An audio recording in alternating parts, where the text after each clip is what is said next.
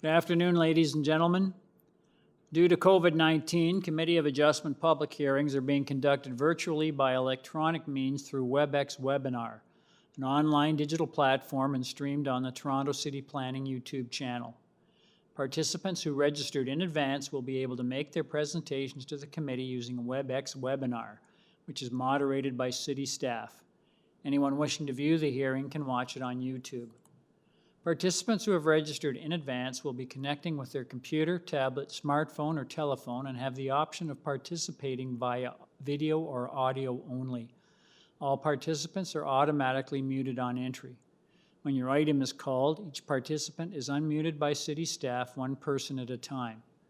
We ask that you mute your devices until you are called on to speak. Those participating by video appearance will be temporarily upgraded to panelist when your item is being held. During this time, your camera will be enabled. You will only be visible during your 5-minute allotted speaking time. At all other times, your video will be disabled and you are reinstated as an attendee. Committee of Adjustment staff will share presentations submitted in accordance with the written submission deadline. Members of the public and applicants are not allowed to use share screen or any other panelist controls during a video appearance. City staff will remove you from the panelist role if you fail to respect this instruction. For all those who are waiting online, please ensure that you have called in with the number that you were originally registered with. If you call in with a different number, you will not be able to speak on the item. To ensure audio clarity, I suggest that you do not use the speakerphone functions on your telephones. We acknowledge that the land we are meeting on is the traditional territory of many nations, including the Mississaugas of the Credit, the Anishinaabe, the Chippewa, the Haudenosaunee, and the Wendat peoples, and is now home to many diverse First Nations, Inuit, and Métis peoples. We also acknowledge that Toronto is covered by Treaty 13 with the Mississaugas of the Credit. In accordance with Sections 45 and 53 of the Planning Act 1990 as amended, this meeting of the Committee of Adjustment of the City of Toronto is called to order. My name is Alan Smithies and I will chair today's meeting. Joining us on the panel today are Ron Hunt, Asif Khan, Paul Kidd, and Nadini Sankar Peralta. City staff are also present. Simon Lamb, Sam Mozignani, Emily Greco, and Giovanna Rizzo. The Committee of Adjustment considers applications for variances from the provisions of the zoning bylaw that apply to property, permission to extend or alter lawful non-conforming uses, and consent to sever property to create new lots. Anyone attending today who wants to receive a copy of the committee's decision must submit a written request for a decision by email. Please ensure that you include your name, address, and email address because Committee of Adjustment and the TLAB will be sending notifications and appeal updates by email. If you do not agree with the committee's decision, it may be appealed to the Toronto Local Appeal Body, TLAB, or in some limited circumstances to the Ontario Land Tribunal. Appeal instructions are set out at the bottom of the committee's decision. The hearing procedure is as follows. I will call each item in the order listed on the agenda. Where an application is uncontested, the agent or applicant will proceed with their presentation if desired. When the committee does not require a presentation, applicants are to advise the chair should they wish to speak on the item. The committee may ask questions and/or take the matter into the committee for a decision. Each speaker, including the applicant or agent, is given a maximum of 5 minutes to address the committee. I will comment when you are reaching the 5-minute limit. When addressing the committee, please state clearly your name and address. Please remember to confine your remarks to the matters described in the application. The applicant or agent proceeds first and will make their presentation to the committee. Please note that the committee may not entertain revisions to proposals at the hearing today. To ensure that a revised application is accurate and that all those entitled to notice of the application are informed of the changes, the committee may decide to defer the application if it is substantially revised. Then, individuals, either in support or opposed to the application, are invited to speak. Committee members may ask questions of each speaker after they have finished their presentation. When all speakers are finished, the applicant or agent has an opportunity to rebut only those issues that were raised by the previous speakers. This marks the end of discussion on the item. The application is then taken to the committee for a decision. Are there any committee members here this afternoon? Oh, pardon me. Excuse me. Any committee members here this afternoon who have a conflict of interest they'd like to declare? None, thank you. Ladies and gentlemen, we have a deferral request to deal with. First thing on the agenda.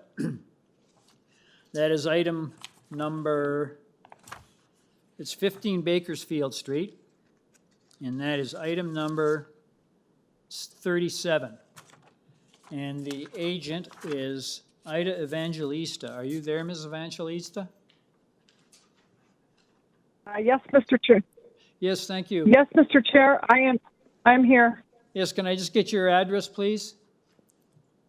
Sure. It's Ida Evangelista, 53 Bentworth Avenue, Toronto. Thank you, madam. We have a request for a deferral. Just before you start, though, I note that looking through your file, there is a couple of reports on file. There's a recommended condition from urban forestry. There's a transportation services report of the 29th of September, which has no objections to the parking variance. And then there's a report from city planning dated the 29th of September, which is recommending a deferral to address their concerns. So if I could get a reason you're requesting the deferral. Yes, Mr. Chair. I've just joined the team of 15 Bakersfield, and upon reviewing the variances, I noticed that there is a variance that's missing, and that's for the height, which is quite integral to the application. The height of 4.27 is missing because this is all based under the old bylaw, so I cannot move forward today on that pretense. Okay, thank you, Ms. Evangelista. And also there, I would hope you're going to be touching base with city planning as well. Most definitely. We've already been in contact. Okay, thank you. And now that I've taken over, I will be in close contact with them. Okay, thank you. Does the committee have any questions of the speaker? There being none, could I get a motion on the deferral request, please? Ms. Sankar? Motion to defer this application, Mr. Chair, to provide the agent a chance to work on that issue around the height and to connect with city staff on this. So that's deferral sine die. Thank you. Thank you. Someone to second Ms. Sankar's motion. Mr. Hunt seconds. All those in favor? That motion carries unanimously. Ms. Evangelista, your application's deferred until the next available meeting so that you can meet with city planning and to correct your notice. Thank you very much. Thank you. Have a good day. We are now back. You too. Happy Thanksgiving. Thank you. Same to you. We're now on item number 2072 Reichert Crescent. I have two people registered to speak. The agent is, one person registered to speak. The agent is Aneri Tall, T-A-U-L. Aneri Tall, are you there? Yes, I am. Can you hear me all right? Yes, I can hear you. Can I get your full name and address, please? Yes. Enery Towle, 1182 Tundra Trail in Minden, Ontario. I'm the architect and agent for the owners of 72 Reichert Crescent. Okay, thank you. I just wanted to ask, I'm just going through your, pardon me, just a moment. Going through your file, I know that there are three reports here from staff. One from Urban Forestry, recommended condition. There's a Transportation Services Division report of the 29th of September, which has no objections to your driveway width. And there's a Toronto Region Conservation Authority report of the 29th of September that has no objections to your application. I think it's, looking at your application, it's pretty clear what you're asking for in the variances we have before us. Sir, is there anything you'd like to tell the committee that isn't contained in the material we have before us this afternoon? Nothing additional. I could simply like to encourage that you approve what we try to describe as 6 very minor variances in order to fit a nice family home, a replacement home, onto a lot that is a ravine lot. And most of the area in the back, of course, we respect as being sanctioned for the forestry and natural resources. So our variances are really minor to try to get the best plan available. And it is also a pie-shaped lot, which means that it reduces as it goes toward the rear. So our sidewall on one side has to be stepped back. And in order to get the best rooms and design possible, we have these small variances we're requesting. We also have already submitted originally 2 letters of support from the immediate neighbors, and then later submitted to you also by 7 additional letters from neighbors along the same street on Reichert Crescent, and which we were not able to file due to missing a deadline, are 5 additional support letters. So we believe that we are meeting the aesthetic and the basic zoning expectation for our neighborhood. I just am requesting that you consider these things in our favor. Thank you. Thank you. Does the committee have any questions of the speaker? There being none, could I get a motion on this application, please? Mr. Hunt. Thank you, Mr. Chair. Having listened to the agent and noting that there are no objections there are no objections, and the only requirement is that of urban forestry, and several letters of neighbor support, I move approval of this application. Thank you, Mr. Hunt. Someone to second that? Ms. Sankar seconds. All those in favor?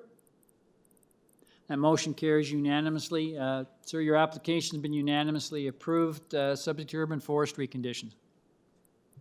Thank you, Mr. Chair. Thank you, committee. Thank you. Thank you. Now on item number 21, 2 Shady Oaks Crescent. I have a number of people registered to speak. 8 people registered to speak. The agent is a 10 people registered to speak. The agent is a David Bronskill. Are you there, sir? Good afternoon, sir. I'm here. Can you hear me all right? I can hear you loud and clear. Can we get your name and address, please? Yes, sir. First name's David, D-A-V-I-D. Last name's Bronskill, B-R-O-N-S-K-I-L-L, appearing as agent for the applicant, sir. And our office address is 333 Bay Street, Suite 3400, Toronto, Ontario. Okay, thank you, sir. Just going through your file, I note that there's 2 reports registered here. There's a report from Transportation Services dated the 29th of September, which has no objections to your proposed driveway location. There's a report from City Planning dated the 29th of September, which recommends modifying variance number 1 of the lot coverage. I just wanted to ask, sir, have you had the opportunity to review those 2 reports, sir? I have, Mr. Chair. The transportation report condition is obviously acceptable, sir. And what the architect and the client have done, sir, in response to the city planning report, and I thank committee staff, you'll see there on screen is a presentation that reduces 4 of the 6 requested variances. And in particular, Mr. Bronson, yes, sir. Can I just ask you to read those into the record for the public's edification, please? Absolutely, sir. So the proposed lot coverage, which is variance 1, is reduced to 32.9%. And that's from how much? It was from 35.36%, sir. Okay, and the next one? The front yard setback, sir, technically it's increased. It was 6.73. It's now 8.56. Okay, thank you. The next one? And that, sir, was variance 2. Yes, sir. Variance 3 is the west side yard setback, currently at 3 meters. That would be increased to 3.41 meters. Okay, next. And then finally, sir, there's an east side yard setback that was at 3 meters and would be increased to 3.61 meters. And that was variance number 5. Is that correct?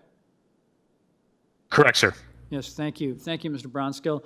If you'd like to give the committee a presentation on what you see as the merits of your proposal. Thank you, sir. It's a lovely lot in a lovely neighborhood near the west branch of the Don River. Page 4 of the slide that we included with the presentation, we went out and tracked what we could find in terms of lot coverage approvals within this neighborhood, given the concern raised by city staff in the staff report. You'll see on that slide a range from what I would call the upper 20s, 27.1, 28.8, another one at flat at 27.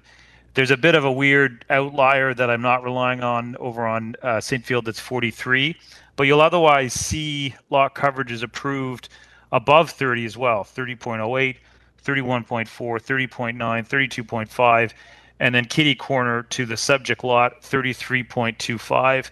So the architect working with our client thought bringing it down to 32.9 would be more in keeping with this quantitative or mathematical data. The house itself, just for the committee, is 32.52.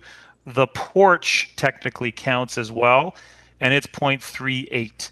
And that summed together gets you the number of 32.9. The page before is a color diagram that shows a few things. It shows in green the existing detached house to be demolished, as well as the garage.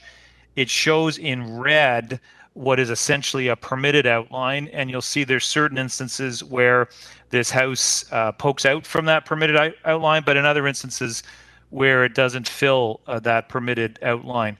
We've also shown the driveway, the green space, the proposed pool, so that you can see, even with the lot coverage that's now being proposed of 32.9%, that there's ample green space still on the lot, including good separation from the immediately adjacent houses. So the final thing I would note is, while there is a height being sought, it's to the old bylaw.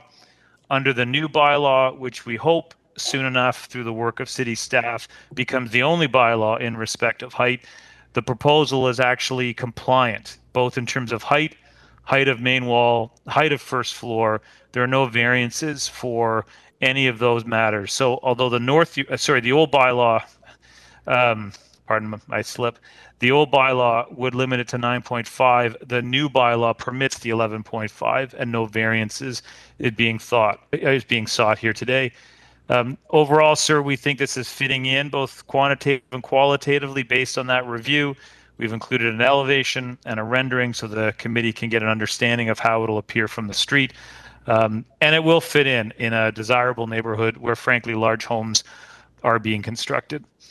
That's the overall presentation, sir. I'm happy to take any questions. Obviously, I'll listen to those speaking in opposition because I don't recall seeing letters posted online, so I'll take some good notes to make sure that I can respond. Okay, thank you, Mr. Brownskill. Does the committee have any questions of the speaker? There being none, I'll go to the next person on the list. I have a Jing Bai, B-A-I. Are you there? Hello? Hello, Yes, hello. Can I can you get hear me? Yes, can I get your full name and address, please? My address is 4 Shady Oaks. Okay, thank you. And if you'd like to give us your thoughts on this application and your name, please? Jing Bai. Okay, thank you. If you could give us your thoughts on this application. All right. Please proceed. Okay. I have some concerns with this application since I think it's too high, and I think it could be not good for the neighborhood, for the height. And I think had left too small of the yard. So I hope this house could obey the bylaw right now. Nowadays the bylaw. So I don't think it's a small variation. I think it's a big variation. So I have my objection attitude toward it. Okay, thank you, sir. Does the committee have any questions of the speaker? There being none, we'll go to the next person on the list. I have Goa Zhu, Z-H-U. Are you there? Hi, yes, my full name is Goa Zhu, and I live on 28 Glenorchy Road. My property faces directly across from the house that is trying to be built. It's nice to see that with this presentation, the architect has modified the measurements. However, like he said, the new bylaws have not been officially passed yet, so the height does concern me and what it means to the values of the other properties within the neighborhood. And like the architect previously mentioned, these are really big adjustments that he wants to make to the houses, and frankly, it's a little bit concerning. And again, it greatly differs from the government bylaws, and I just want to bring that to your attention. Okay, thank you, madam. Does the committee have any questions of the speaker? There being none, I'll go to the next person on the list. I have Yang Gao, G-A-U. Pardon me, G-A-O. Are you there? Mr. Chair, Yang GAO is not on the call. Okay, thank Can we you. move on to the next person? Go to the next person on the list. We have Kelly Zhao, Z-H-A-O.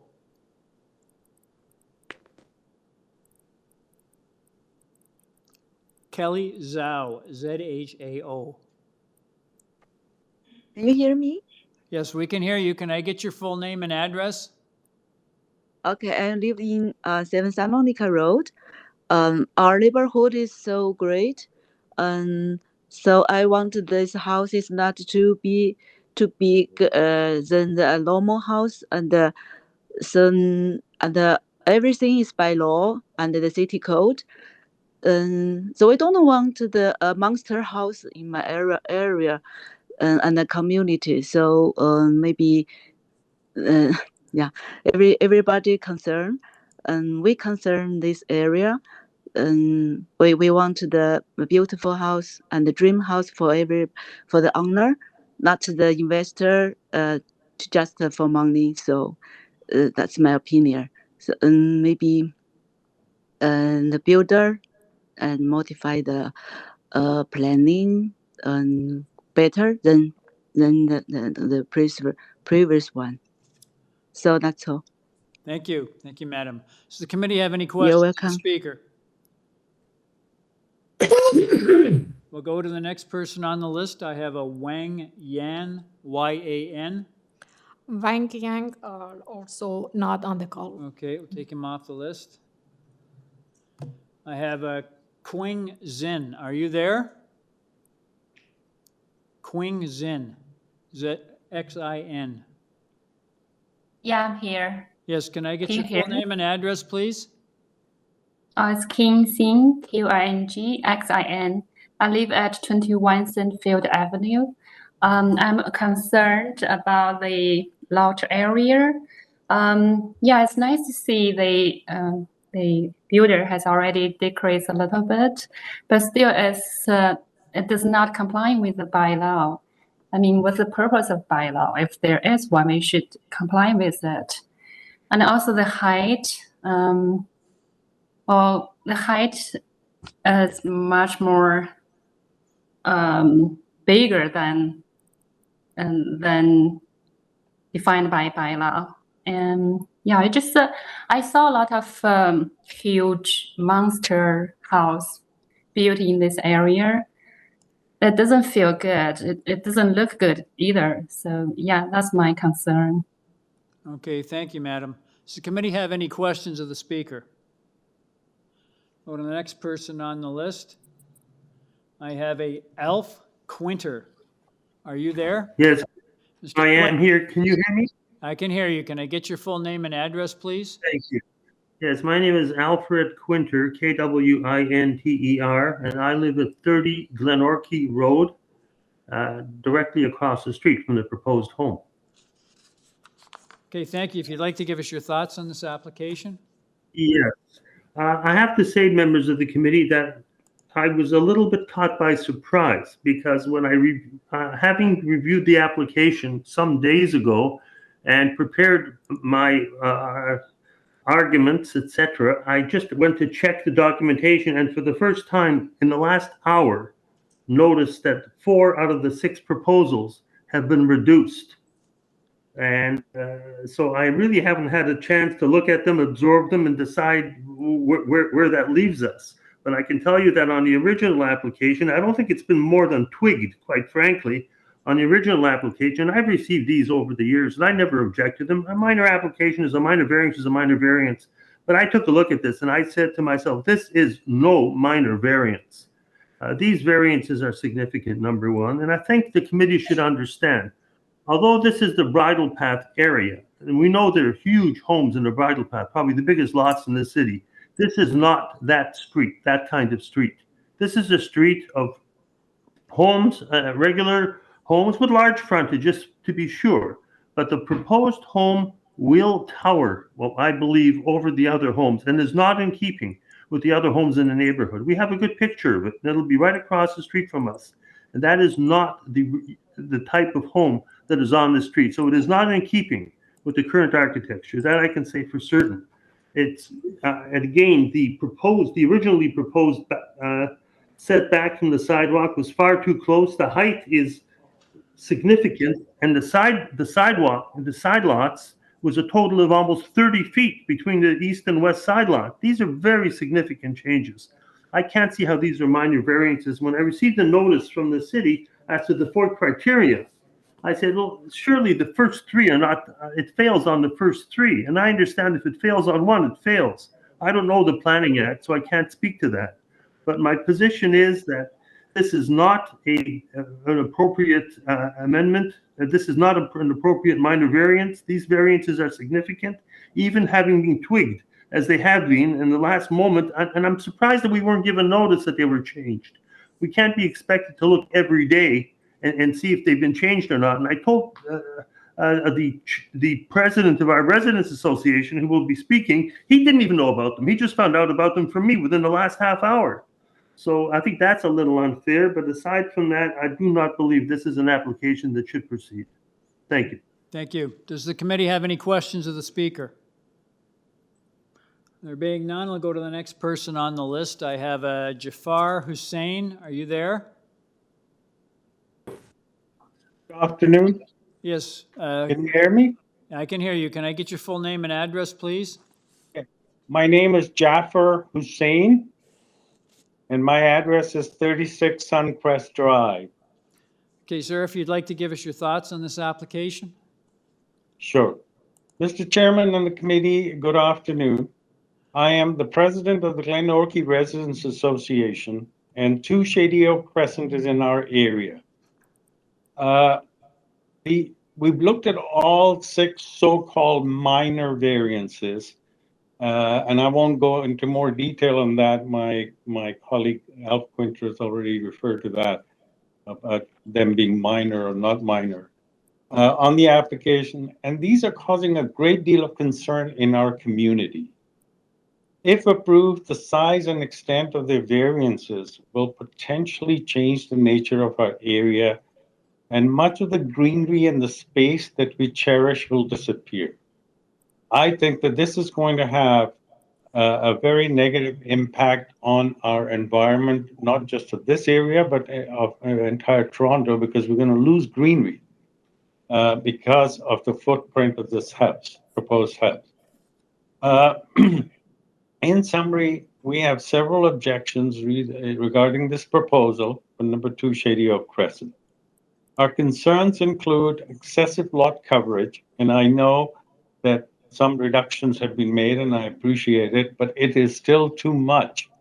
The height in excess of the current bylaw is almost 3 meters excess, and that to me is going to be too much. It's going to block views of all the neighbors, and it's going to block sunlight for some of the neighbors because it's just so high. And it's completely out of keeping with the houses in this area. Removal of trees and greenery is a big concern, and it should be a concern for all of us that live in Toronto. The other thing is, because of such large lot coverage, very significant impervious areas on all sides, including the driveway, which is going to make stormwater management an issue.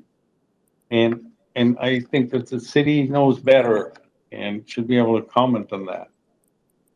And based on that, I respectfully request that this application be denied and the applicant directed to consult with the community before submitting a new application. Failing that, at the very least, the applicant should be required to reduce the lot coverage to the maximum allowed by the current bylaw. Thank you. Thank you. Does the committee have any questions of the speaker? There being none, we'll go to the last person on the list. I have an Andrew Chen, C-H-E-N. Are you there? Mr. Chair, Andrew Chen is not on the call. Thank you, Sam. We'll go back, thank you. We'll go back to Mr. Bronskill. Mr. Bronskill, are you there? Mr. Chair, Simon. Oh, I'm sorry, just a moment. We'll trying to contact him.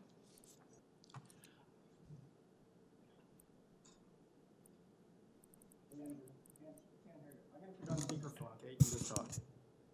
Okay, Andrew, hold on. Okay, Andrew, you can speak. Sorry? Mr. Chen, are you there? Okay. Sorry. So, sir, can I get your full so name and I'm address, in the process of downloading the software. Andrew? Yes. Can you just tell the committee what your concerns are about the application? I put you on speakerphone right now. Oh, okay. Sure. Hello? Andrew, you can speak. Can you please start by giving your name and your address?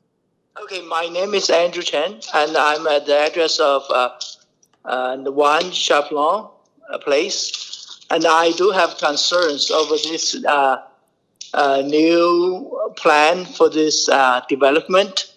I'm concerned this development may change the overall image for this community. So that's my concern. Okay, thank you, Andrew. Okay, thank you, sir. Does the committee have any questions of the speaker? There being none, we'll go back to Mr. Bronskill. Mr. Bronskill, are you there? I am, sir. Can you still hear me? Yes, I can hear you, sir. If you'd like to respond to the comments made by the previous speakers. I will, sir. I don't have anything, sir, that I can say in terms of people being surprised by the revisions. The staff report was posted September 29th. Our client moved quickly to respond to it and posted these revisions on September 30th. So I don't know why people only became aware of them an hour ago when they've been on the committee website posted since September 30th. As I indicated to you earlier, Mr. Chair, I wasn't aware of any of these concerns. There are no letters of opposition, and our client's architect did send out a package to all of the neighbors inviting concerns, discussion. We did hear back from the neighbor at 4 Shady Oaks with thanks and had an email exchange, and then that was the last we had heard. So I'm sorry that the materials weren't picked up by people, but we also didn't know that there would be these speakers here today, despite packages being distributed in the neighborhood. What I would say, sir, in response just to a few of the concerns. First, in terms of the coverage, sir, I'm not going to repeat myself in terms of the numbers, but I would note, sir, that 2 of the speakers most immediately adjacent to the site, across the street at 1 Shady Oaks Crescent and across the street at 30, sir, both have variances at 30.9% for coverage. So suggesting that my client has to stay within the bylaw when they have variances for their structures of 30.9%, I don't think is fair in terms of a submission to be making to the committee. Those were two of the numbers that we picked up from committee approvals in the area. Secondly, sir, this is not a builder. This is a family that wants to live here. So not that that matters, sir, in terms of the 4 tests, but there were some comments made about the nature of the applicant, sir, and I just say that so to maybe calm some fears that people may have in the community. And I'm going to touch base on the site plan, sir, and then again briefly on height in terms of the responses that to some of the comments. So if I can work around the house with the committee, in terms of the notion of the loss of green space, the front yard setback at 8.56 meters is in fact measured to that projection on the front wall of the house. The balance of the house otherwise meets the front yard setback, if you can see that there. So the green space in the front yard is, I would say, what is contemplated by the bylaw, and there are no variances for soft landscaping, driveway, etc. The side yard variances are interesting variances. They're the ones that apply when the length or depth of the structure is past 17 meters. And thank you to staff. You can see the one there at 3.41. It applies only to that corner of the building. And then you can see the 3.61. It applies just at that corner. Other aspects of the side yard of this dwelling, in fact, provide a more generous side yard setback than the bylaw requires, which you can see in terms of the red outline that Mr. Wengel's office has put on this plan. So this is a case of regularizing a more of a square house with green space in certain areas and then projections into other areas. It's not maximizing it, I think, as maybe some people were suggesting when they just looked at the numbers. And then finally, in terms of the height, I do have to repeat myself, Mr. Chair. This, frankly, is just the fault of implementing an Ontario Land Tribunal decision. As the committee may very well know, the Ontario Land Tribunal has now ruled on the height provisions in 569/2013. They are to come into force and effect. The intent of the bylaw is now a height of 11.5 meters in this neighborhood. We meet that, sir. And so to suggest that the old bylaw should now govern, sir, I don't think is a fair submission to be making, because, as you know, that standard will fall away once that Ontario Land Tribunal decision, hopefully soon, is finally implemented.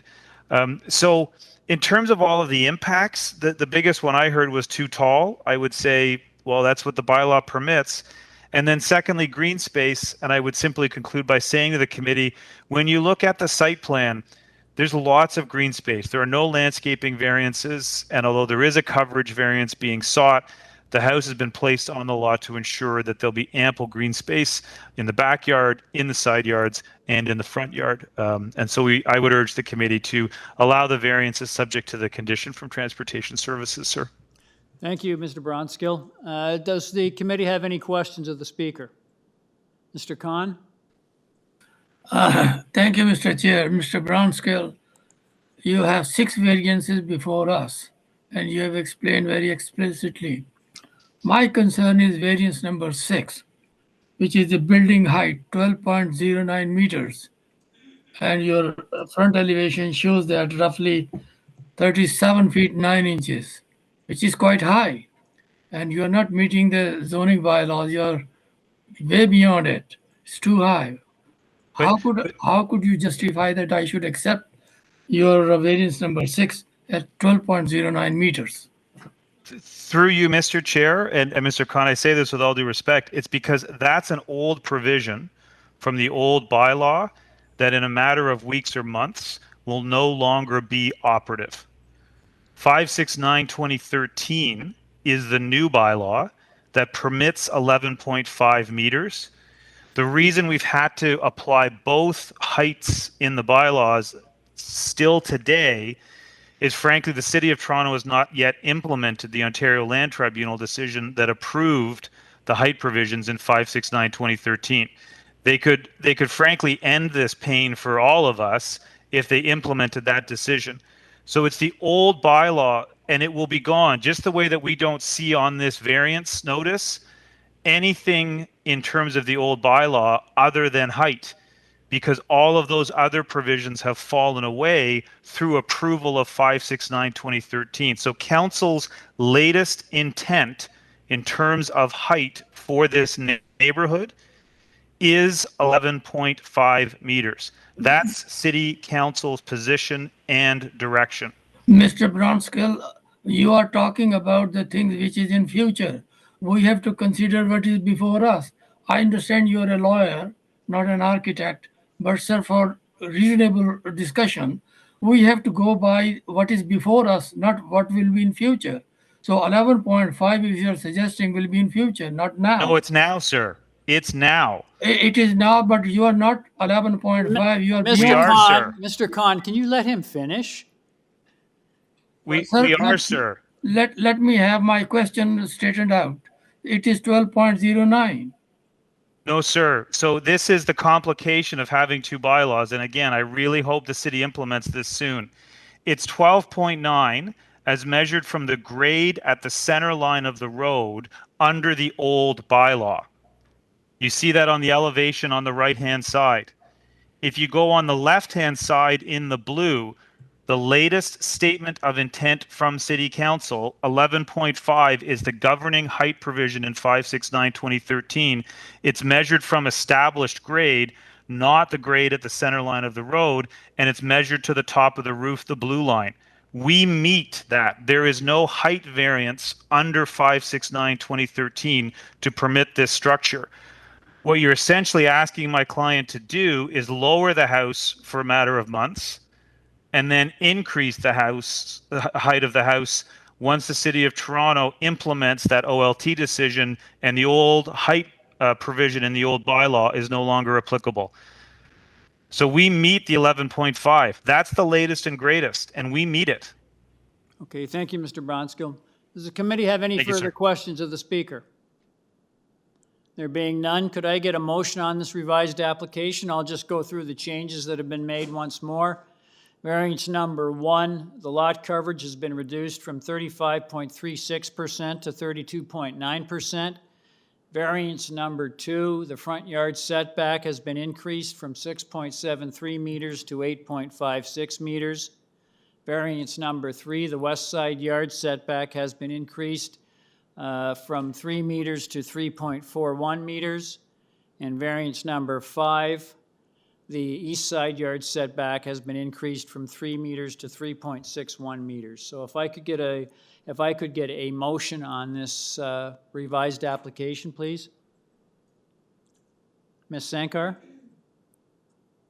Yes, through you, Mr. Chair. I've listened to everyone speak, including the questions that were put forth and all of the neighbors who took their time to come up and explain their concerns about this application. And I had a full understanding of this and actually did go down, took a look at the area myself. And from what I could tell from this, and regardless of, whether it's old bylaw, new bylaw, measured from this, point of perspective versus another, regardless, I'm going to consider what the staff report has to say very strongly in this application. And as such, and seeing that the changes, which I respectfully, I'm grateful that, there was a willingness to make these changes, it's simply still not good enough for me. I don't see this application as something that's minor. And, coupling that with the voices of many neighbors, as well as the confusion and concerns about how this would look and my interpretation of the area, I don't believe it meets the character of the neighborhood. As such, I put forward a motion to refuse this application. Okay, I have a motion from Ms. Sankar to refuse the application. All those in favor?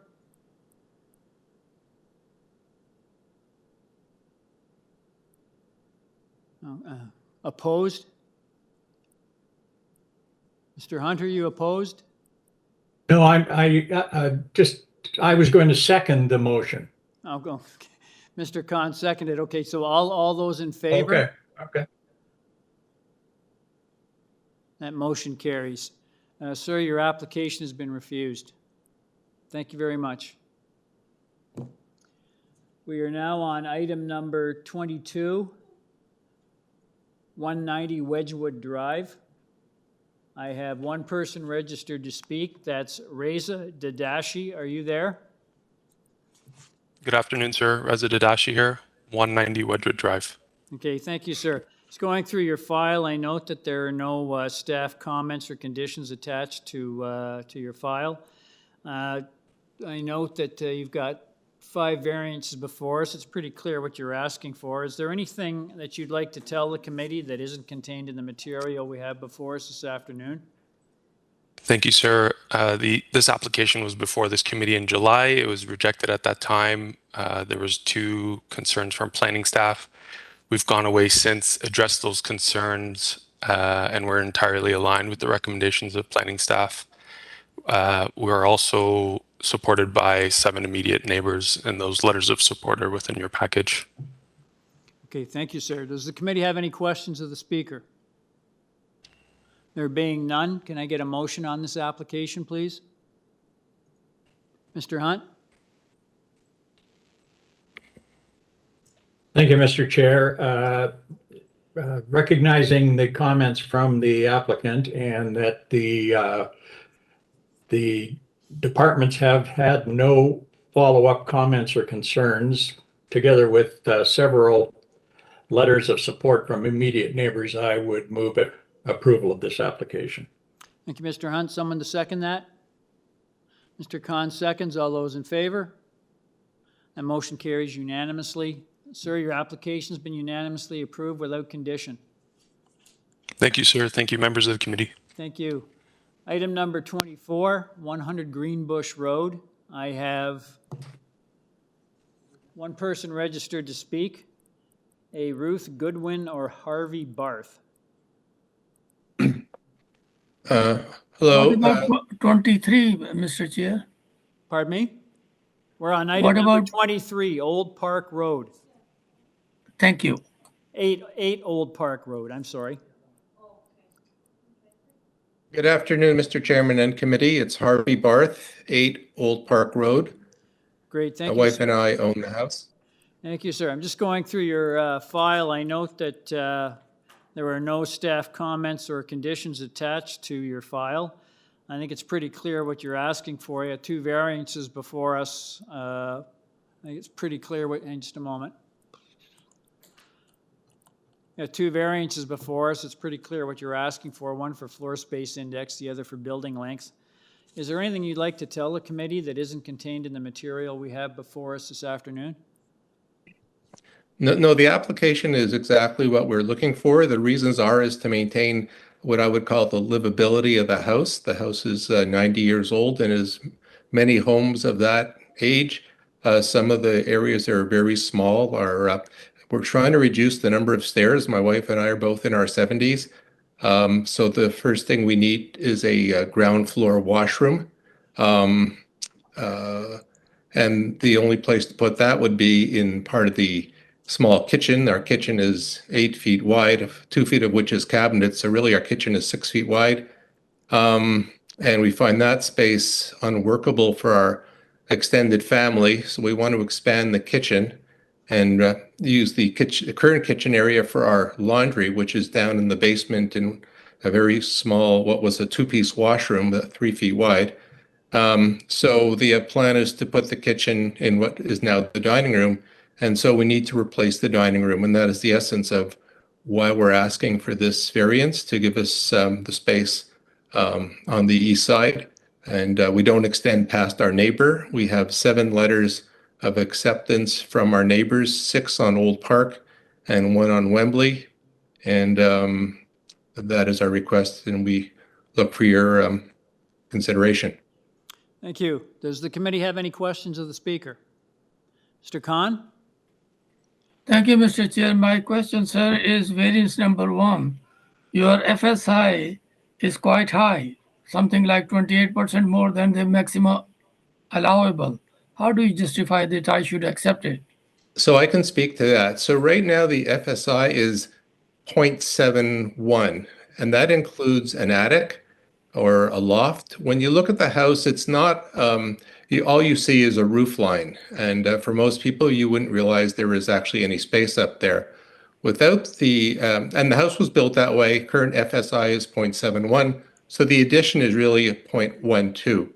But I would ask for your thoughts on and consideration on whether the attic or the loft should really be counted. If you just count the ground 2 floors, the FSI is 0.49. And if we add the addition, it's 0.12. And those two combined add up to 0.60. And so this may not be exactly how FSI is calculated, but practically kind of that's how we use the house. We don't use the loft. It's accessed by a back stairway, not the main stair. And I offer that response. Okay, thank you, sir. Thank you. Does the committee have any questions of the speaker? There being none, could I get a motion on this application, please? Mr. Kidd? Thank you, Mr. Chair. I think the requested variances are fairly modest and meet the 4 tests. I'd like to put forward a motion to accept the application without condition. Thank you, Mr. Kidd. Someone to second that? Mr. Hunt seconds. All those in favor? Opposed? Mr. Khan dissenting. That motion carries. Sir, your application's been approved without condition. Thank you, sir.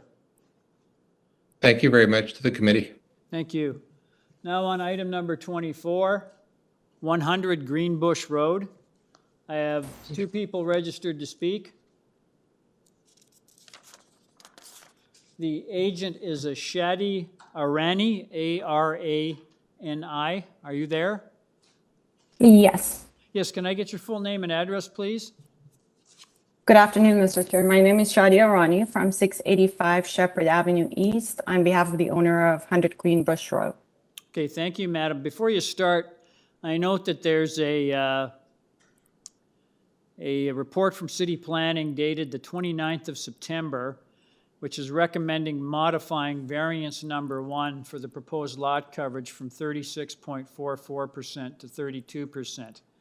I'm just going to ask, madam, did you wish to do that, make that modification? Unfortunately, Mr. Chair, because the application is for an existing greenhouse, modifying the lot coverage will result in demolishing the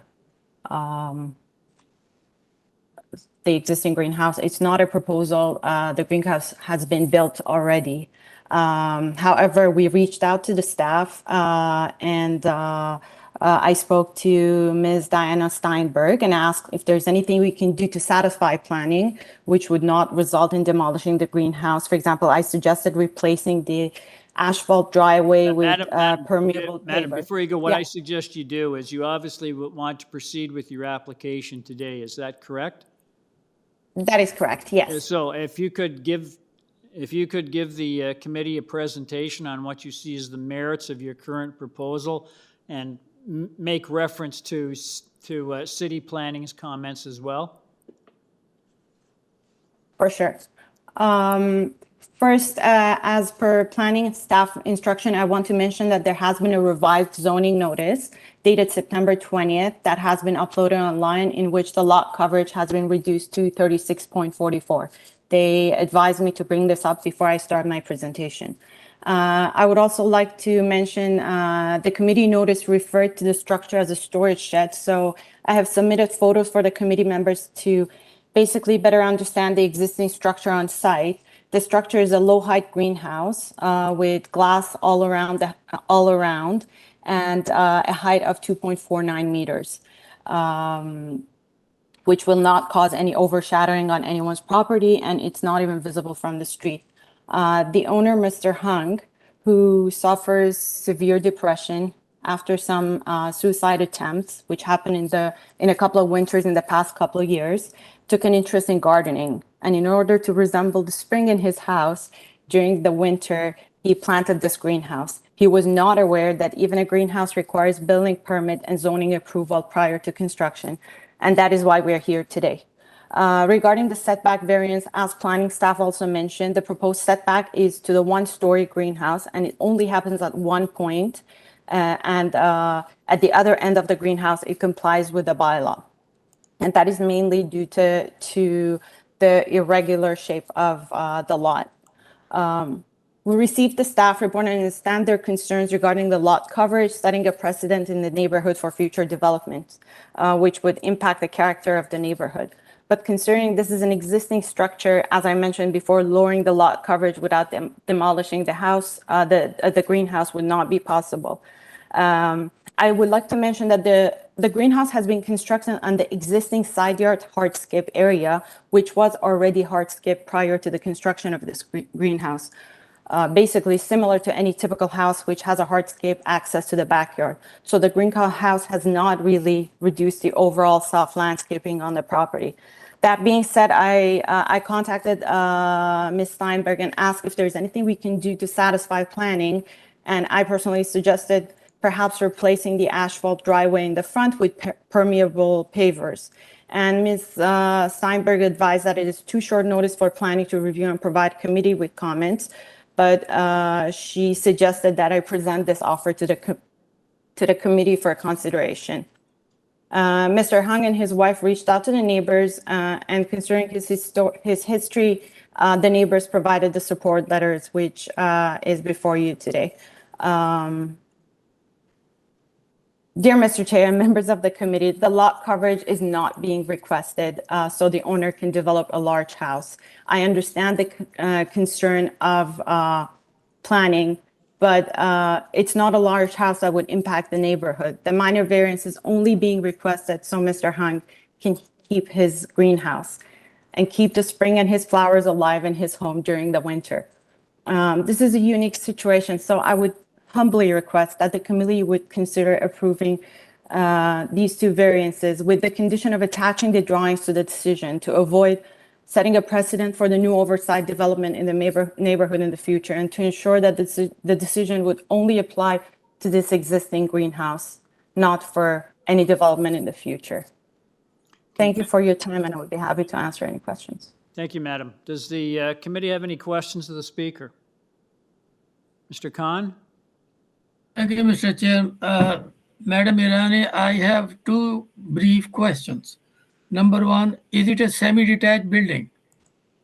Yes, it is. It is a semi-detached, right? Yes. Okay. Number two, are you going to take staff's recommendation for variance number 1, reduction from 39.2 to 32%?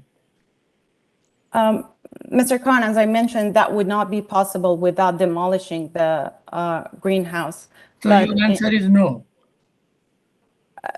As I brought up to the planning, in return, we are offering replacing the existing asphalt driveway with permeable, which would offset. My question is, your answer is no, right?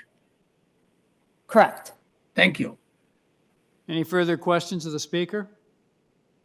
Being none, I'll go back to the next person on the list. I have a Danilo Vital or Myrna Selga. Are you there?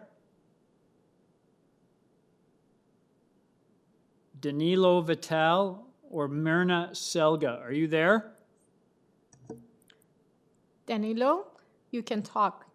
You're unmuted. Hello? Danilo Vital or Myrna Selga. Are you there? Sam, are they? They are on the call, but apparently they don't hear us. Give us a few seconds to contact them. Yeah, just a moment, ladies and gentlemen.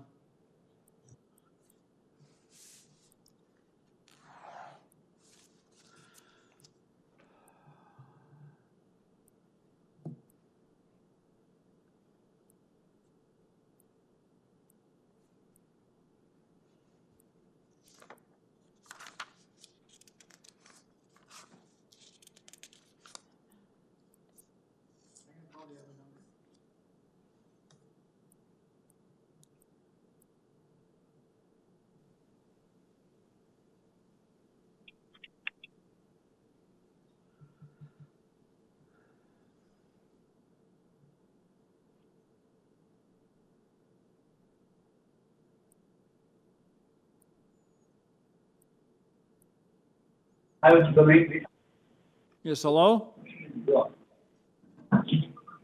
Hello? Hello?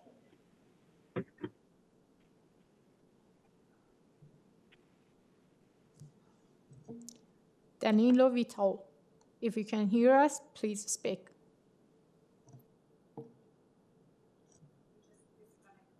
Is he there? He's not on the call anymore. Okay, hang on just a moment, Sam. We'll try again.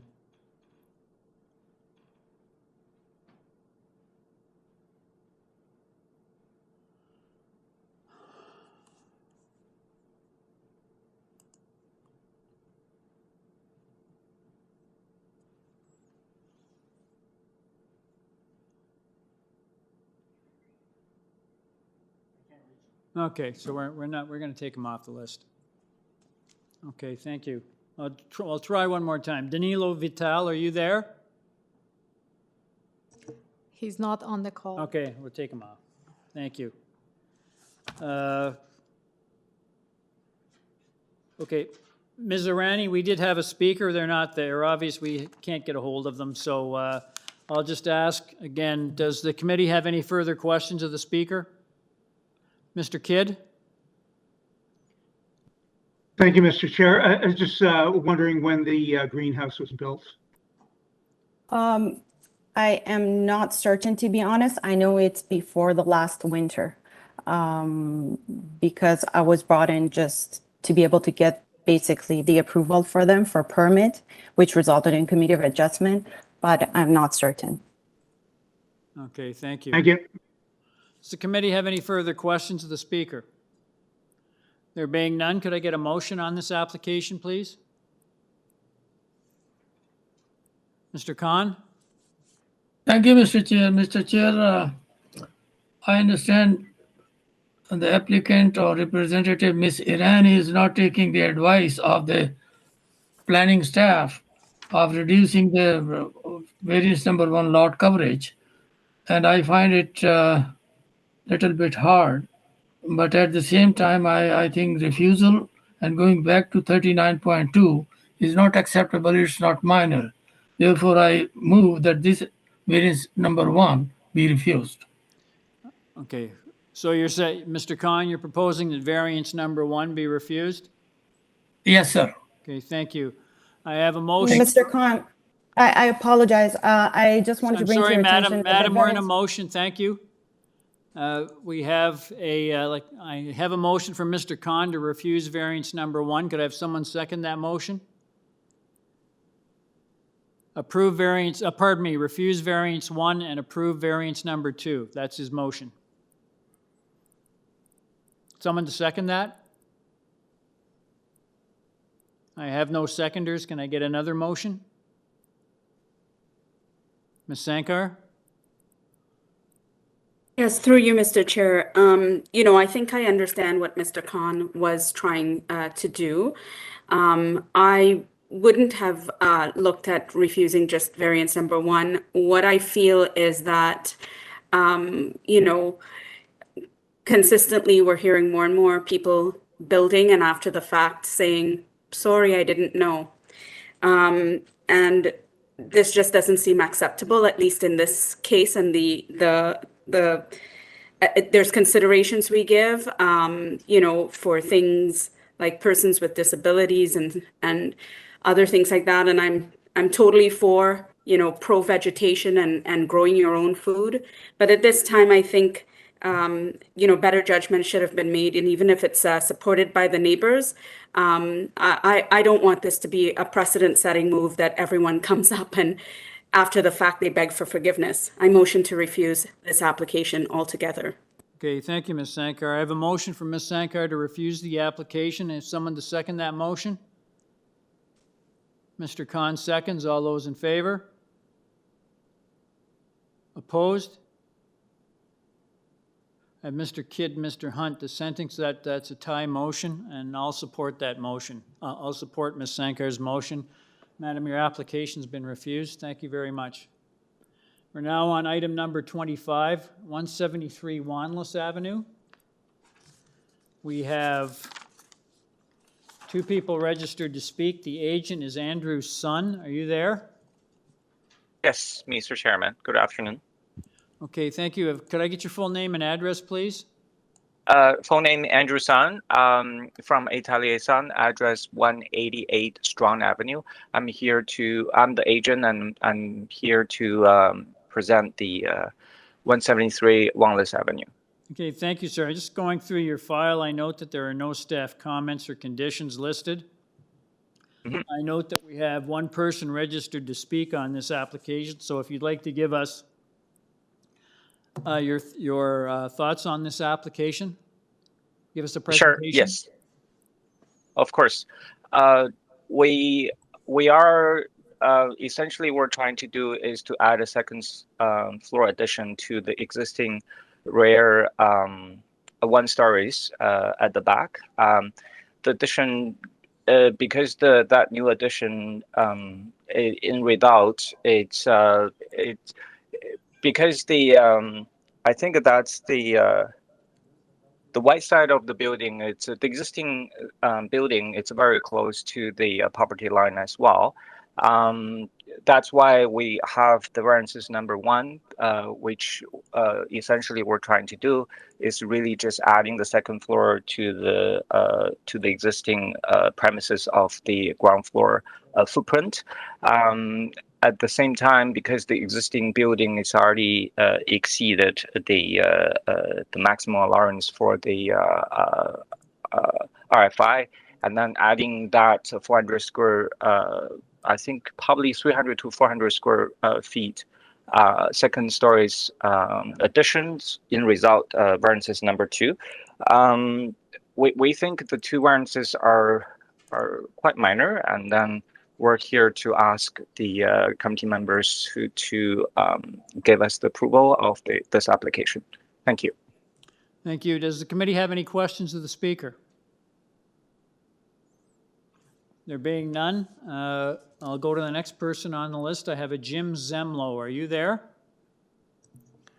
Mr. Chair, Jim Zemlo is on the call but not signing correctly. Jim, please sign out and sign in if you want to talk.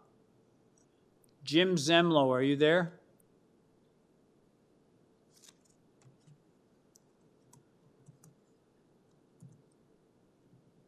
So, yes, Mr. Can you hear Zemlo, me? are you there? Yes, we can hear you. Yes. Can I get your full name and address, Okay. please? My name is Jim Zemlo. I reside at 175 Wallace Avenue, directly east from 173. Thank you very much for allowing me the opportunity to speak. I'm not familiar with this whole process, so you'll have to forgive me. I received a letter of notification with the building request and the variances, and subsequently I only learned last Thursday, just before the deadline, that an amended building plan was submitted. The amended building plan would remove variance request number 1. So I'm left a bit confused as to what's really being requested. If I was to make a request, I would request a deferral to allow me an opportunity to review and to provide an appropriate response. In the absence of being allowed to do that, I would essentially like to highlight that I've been a long-term resident in excess of 25 years and have enjoyed our property. There's a photo that I had attached of our backyards, and I have a significant upper and lower deck original to the property that's been built. If variance request was number 1 was supposed to stand, they are asking for a 0.03 meter clearance of the eaves trough to the property line, which would essentially dump rain and snow directly on my deck. So I don't see variance request number 1 as, reasonable for me, because it would significantly disadvantage the enjoyment of my property. As it relates to variance request number 2, with the addition, they're asking for an increase in the current zone floor space index of 0.6 to 0.7. That might not sound like a lot. Again, I'm not a builder or experienced in these matters, However, these are very small lot sizes. So a 15% increase over a small lot size, in my opinion, represents a substantial increase. And most importantly, if you look at the rear picture or the photo that I provided of our backyards, the second story addition would essentially put my back deck in darkness for the entire afternoon. So this is the house that I grew up in, and I moved back. I purchased it because I loved it. I wouldn't buy it today if there was a brick wall providing, darkness on the rear deck that you can see built in the back. So I respectfully make two requests. One, either a deferral to allow me to organize additional objections from the other neighbors, or number two, a dismissal of both variance requests. I don't want to seem unreasonable because I welcome our new neighbors to enjoy the neighborhood. However, at the same token, I've been enjoying this neighborhood for 25 years. We've made investments. We have a deck, and I think a brick wall with an eaves trough that would either, have drainage go on our property or remove our afternoon sunlight would be very unreasonable for us, because it would take something away from us that we've enjoyed for many years.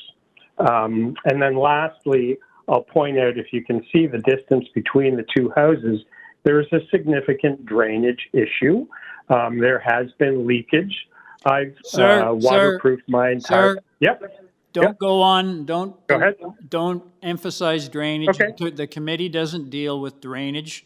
If the application's approved, Very they well. have to go to this, they have to go to the city, to the building department, and submit a lot grading plan that shows how their drainage is accommodated on their own property. We don't deal with, it's not our Thank you. mandate to deal with drainage, so move on to something else. Understood. I wasn't aware of that. So bottom line, variance request number one, again, would disadvantage my property, putting an eaves trough virtually on the property line, and having an addition would significantly disadvantage the ongoing enjoyment of our property that we've been accustomed to enjoying for well over 25 years through a request to increase the floor space area. The zoning bylaw permits 0.6. They're asking for 0.7. I have nothing further to add, but would be delighted to answer any questions. Okay, thank you. Does the committee have any questions of the speaker? Mr. Hunt? Just for my clarification, in the picture that you've shown as photo exhibit 1, which is your house and which is the house requesting the variances? The one on the left with the addition with the peaked roof is the requester, and the one on the right is my house. And if I could make one final point, again, this, I'm not sure, I don't think this deals, well, maybe it does deal with drainage, but if you look at the peak of the roof, it all faces south. So everything, maybe it is drainage, drains on their property, they want to shift it in a different direction. So again, it just, I'm delighted to have them, but I feel upset that I'm sort of defending myself to protect something that's going to disadvantage me from something that we've enjoyed for many, many years. In fact, over 50. Okay, All right, thank you very much. Does the committee have any further questions of the speaker? We'll go to the next, we'll go back to the agent, Mr. Sun, are you there? Yes. Yes, if you'd like to respond to the previous speaker. Yes, we were a little bit surprised to see the letter of objection. There one time when I was on site where I actually spoke with the Mr. Zamlo, and then we briefly described what we're trying to do, which is adding the second floor addition to the, as you can see from the photo he took, directly above the rear ground floor addition. And then he, since didn't give us this comments as he described in the letter. What I want to point out is that we actually pretty much aware of the neighborhood character. That's why when we're designing the addition, we're really trying to respectfully do it within the existing footprint of the ground floor. At the same time, the proposed height is only 6.9 meters, which is actually not triggering any height variances or rear setback. And then just based on that, we think because of the existing condition, we had to have this. Unfortunately, we had to have this two minor variances. But in general, the massing of the house, we think it's quite minor to the neighborhood. That's why we sought the application. It's quite minor in this situation. Thank you. Thank you. Does the committee have any questions of the speaker? Could I get a motion on this application, please?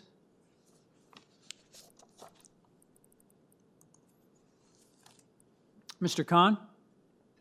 Thank you, Mr. Chair. Mr. Chair, I conclude that Mr. Jim Low, who is the neighbor, he represented kind of my thoughts, what I was thinking. And I find that he has been affected by east projection, which is very minimal, 0.04 on the east lot line. And variance number 2 FSI is more than the desirable 0.6. So this is not a good proposition that I would like to support, and it's not minor in nature, doesn't comply zoning and official plan. And it's not a suitable proposal, therefore I move this application be refused.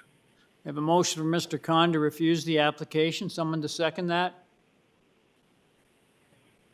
Mr. Hunt seconds. All those in favor? Opposed? Okay, we have a tie vote. I won't support that motion. Could I get another motion?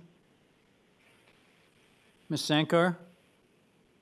Yes, through you, Mr. Chair. I mean, I do respectfully heard the voice of the neighbor, and, you know, I understand that. But in looking at this and hearing the explanations of the agent, I do believe that it is minor in nature from my point of view, and that's what this committee is established to do.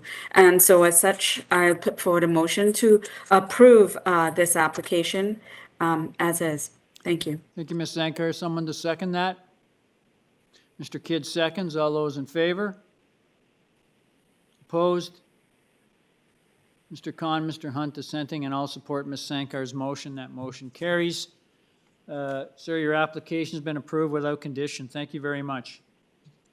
Thank you, Mr. Chairman and member of committees. Thank you. Item number 26, 128 Monroe Boulevard. I have one person registered to speak. That is James McWhorter. Are you there? Good afternoon, committee. Yes, I'm present. My name is James McWhorter, and I'm located at 400 Credit Stone Road, speaking on behalf of the owners at 128 Monroe Boulevard. Okay, thank you, sir. Just going through your file, I note there's a recommended condition from Urban Forestry. There is also a report from City Planning dated the 29th of September, which recommends a number of modifications. And if those revisions are approved, that staff wants it developed according to the approved plans. I just wanted to ask, sir, have you had the opportunity to review those reports? Yes, so in regards to the city planning, I've been in touch with Denise McMullen. So they had put forward a recommendation that we increase our side yard setbacks from the proposed 1.2 meter to 1.5. This actually was accommodated and sent into Jenny Cotis, our rep for the committee. She said she posted it on the file and that we should just make note that we have already complied with that and are happy to do so. Okay. In regards to urban, sorry, go ahead. Just a moment, sir.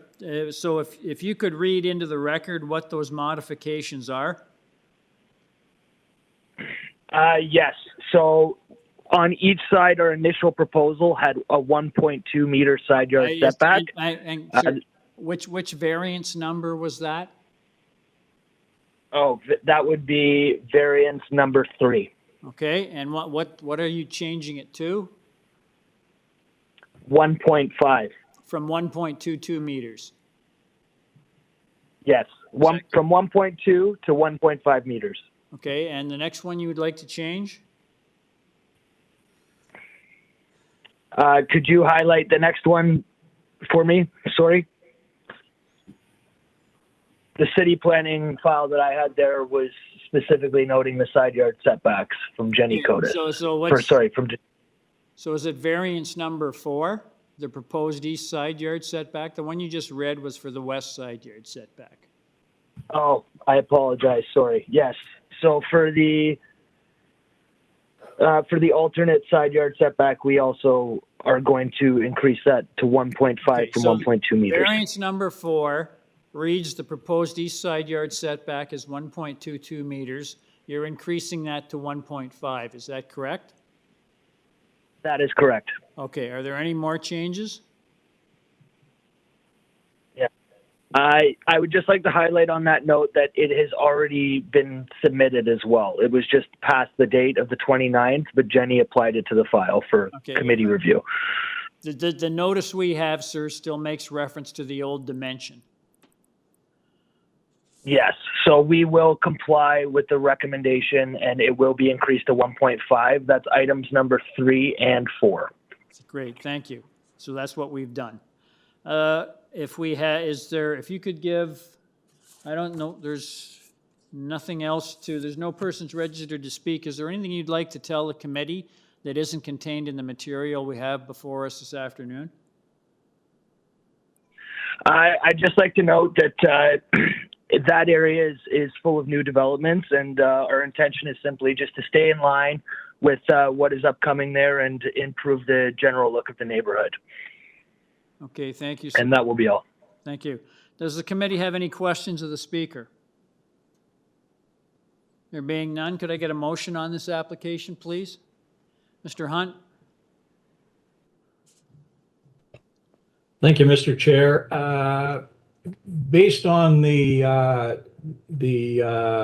advice of the agent and the confirmation of modifications of variances 3 and 4, and on the planning report condition that the east side exterior main walls be developed substantially in accordance with the right elevation plan drawing attached to their report, and the September 29th letter from Urban Forestry expressing their comments and requirements, I would move approval of this application. Thank you, Mr. Hunt. Someone to second Mr. Hunt's motion? Mr. Kidd seconds. All those in favor? That motion carries unanimously. Sir, your revised application has been unanimously approved, subject to urban forestry and city planning conditions.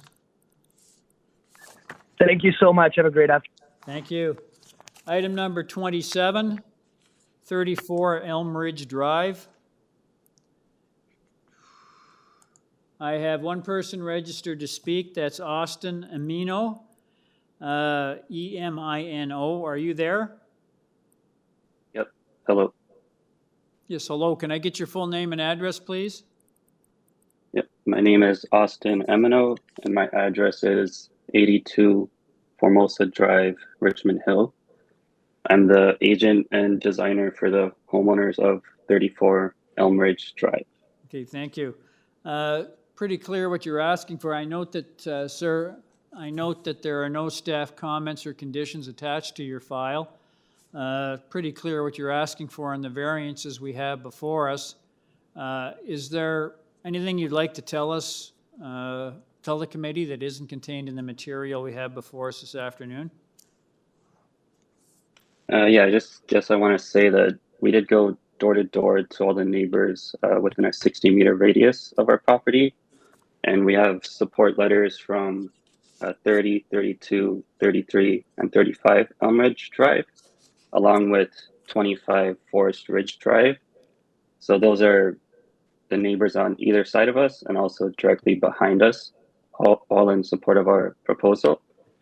And we didn't hear back from any other neighbors, so we believe that it fits within the character of the neighborhood, as nobody had any concerns.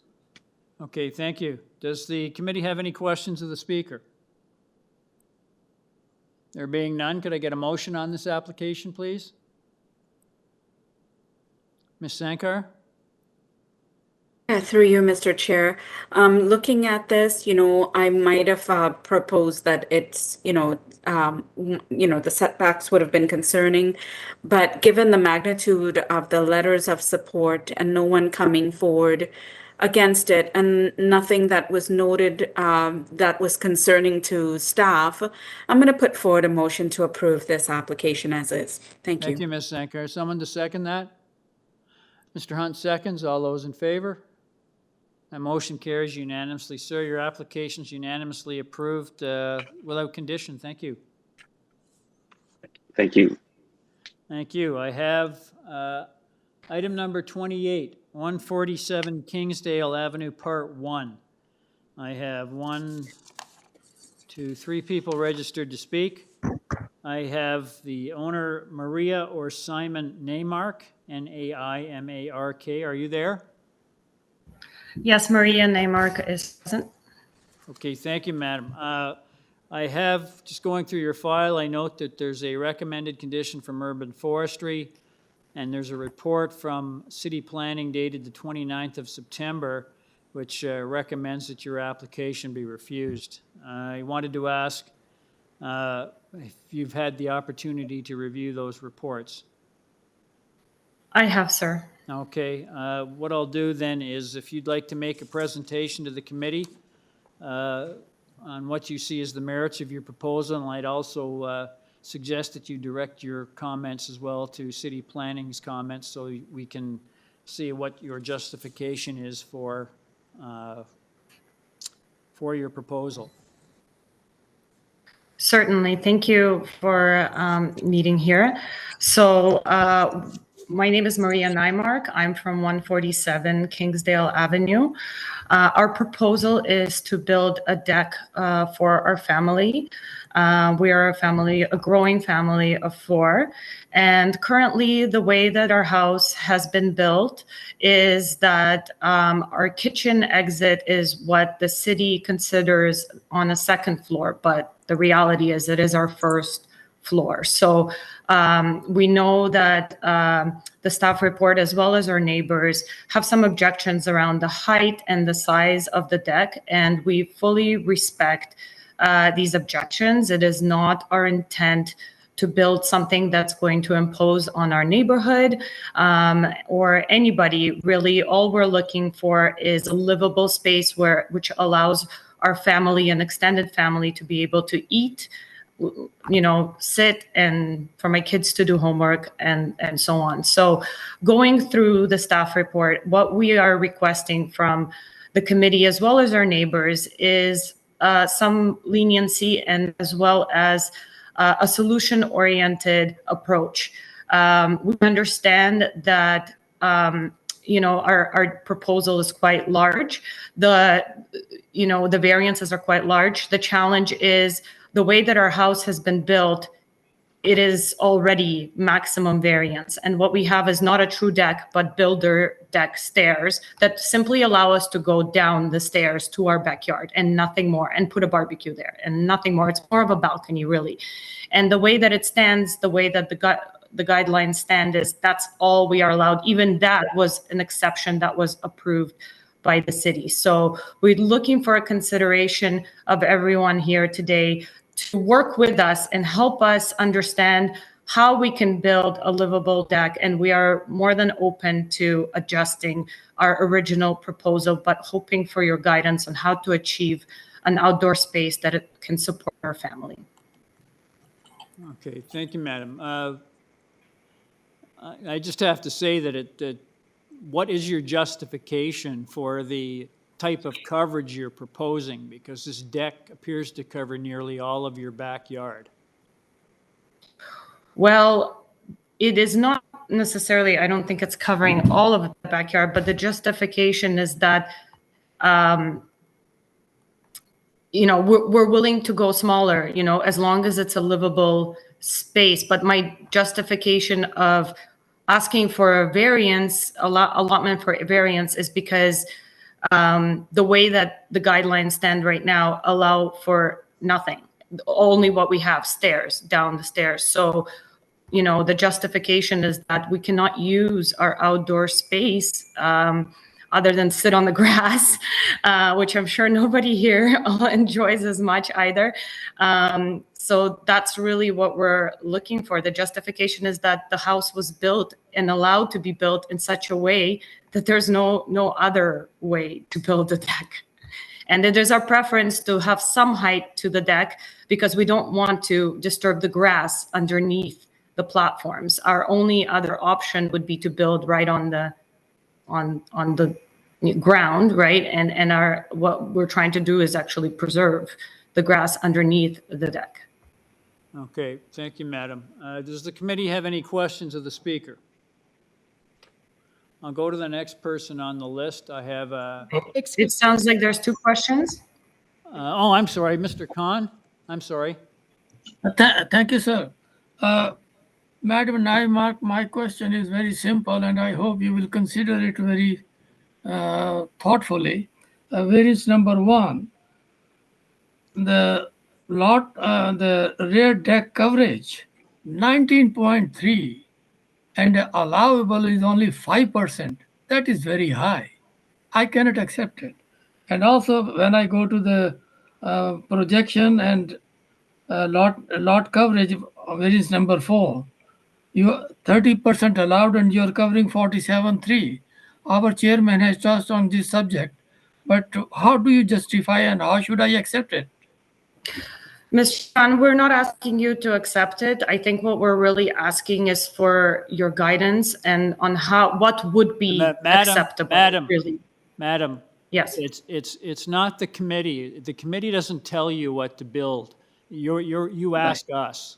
Okay, if you're not sure, or you're uncertain, then I would strongly suggest that you should defer your application and discuss it further with city planning. That way you won't lose any money.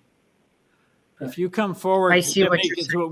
We are not going to tell you what to build or what percentage to build. So that's up to you. So you either come here, it's either approved or refused. So I would suggest if you think, you know, it's not something we're going to negotiate with you, you're either approved or refused. And keep that in mind because to be perfectly honest, I would not like to see you lose your money. So if you defer the application to discuss it with planning, then you can get back on another agenda, work with them to come up with something that works for both of you, and then come back. That way you don't lose any money. Okay, thank you for letting me know. I don't, you know, I'm obviously just a house owner, so I was not aware. So that's an option. That's what we would request is some help from the city to create a space that works for everyone. So that being the case, you've already heard one of the comments from Mr. Khan. So you have to do you still want to proceed? Because if you proceed, you're either going to get approved or refused. Well, I understand that I already have a refusal, so I definitely want you don't a have chance. A refusal, madam. You don't have a refusal. I'm just saying. I know, but there's a staff report saying that we do, right? Right. Yeah, you're under your current proposal. Right. So yeah, so if that's the case, I think we're looking for a deferral to try to make changes that would be acceptable. Okay, thank you. I'm just going to check. We have 2 speakers here, so I'm just going to let them know that you're asking for a deferral. I'll go to the next person on the list. I have a Shaikun Han, H-A-N. Excuse me, Mr. Chair. Can Mr. Maria Neymark just confirm that she's speaking on behalf of Simon Neymark as well? Hang on just a second. Yes, I am speaking on behalf of Simon Neymark, who's my husband. And he's not willing to talk. We'll go to the next person on the list. I have a Shaikun Han, H-A-N. Are you there?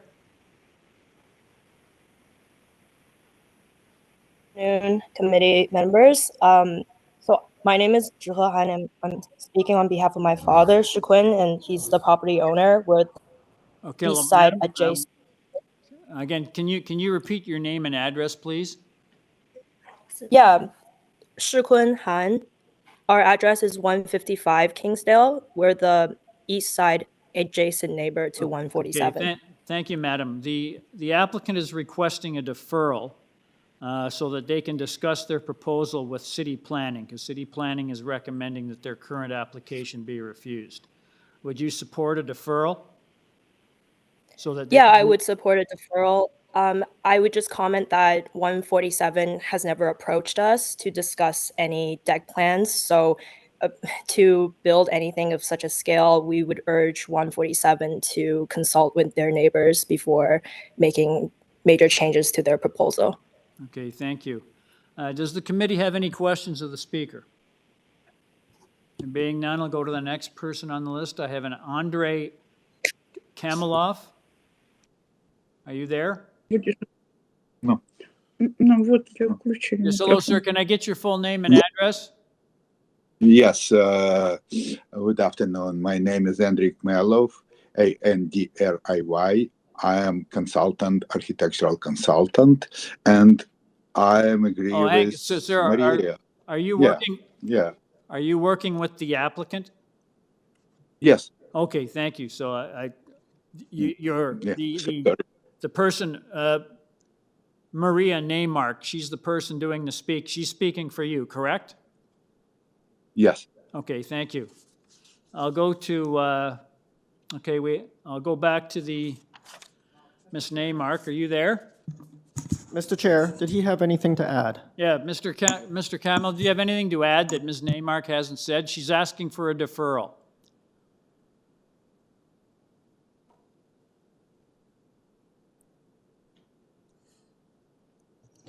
Andre, you can talk. You're unmuted. Yes, I have nothing to talk about because I am agree absolutely with Maria, and we will follow the guideline. So you have no objection. You're okay with your client's request for a deferral? Yeah, of course. Okay, thank you. Does the committee have any questions of the speaker? There being none, can I get a motion on the deferral request, please? Mr. Khan? Thank you, Mr. Chair. Now, since it has been asked for deferral, I'll move that this application be moved to deferral, signed die, as for further consultation with the planning department. Thank you, Mr. Khan. Someone to second that? Ms. Sankar seconds. All those in favor? That motion carries unanimously. Madam, your application's been deferred so that you can defer to the next available meeting so that you can discuss your issues with city planning. I also suggested you discuss it with your neighbors as well. So good luck to you. Thank you. Thanks, everyone. Thank you. We're now on item number 112, Sutherland Drive. That's item number 29. I have one person registered to speak. That's a Paige Reiche, R-E-I-C-H-E. My name is Paige Reiche from Blue Ink at 222 The Esplanade, Toronto, Ontario, M5A 4M8. I'm the designer and the applicant. Okay, thank you. Madam, just going through your file, I note that there's a two reports on file here, one from Urban Forestry and one from City Planning. The one from City Planning dated the 29th of September. They recommend refusing variance number 3 regarding the rear yard setback and variance number 4 regarding the side yard setback, both of those with respect to the ancillary building. Have you had the opportunity to review those reports, madam? Yes, and I've spoken with City Planning prior to them issuing this letter as well. I have a presentation prepared if I can present that. Okay, thank you. If you'd like to give us a presentation, then I understand you're not in favor of refusing variances number 3 or 4. That's correct. Okay, if you could give us your justification for moving forward. Certainly. The proposed garage has been designed to the minimum size to allow for a vehicle and space to enter and get out of the car. The bylaw requires a 0.3 meter setback, which will result in an unused area of the backyard, as there are hedges and cedars on the neighboring properties. If these cedars are removed by the neighbors, then they will be tempted to use this 0.3 meters as their own, which would infringe on my client's property. To not compromise on usable backyard landscaping, the owners wish to build the north wall and part of the east wall on the property line. For the east wall, only the northeast corner will be built on the property line due to the positive angle of the line. We have received a letter of support from 115 Airdrie Road, which is the neighbor to the rear, to build the garage on the north property line. City Planning has spoken to us regarding the side and rear yard setback variances. Their reasoning for refusing these variances is future neighbors may not like it. No other reason was provided by planning. Given that we have written approval from 115 Airdrie, this does not seem like a reasonable cause to deny the variances. The reason of future neighbors may not like it could apply generically to any minor variance. In addition to this, the detached garage at 114 Sutherland Drive is built along the property line at 0.11 meters.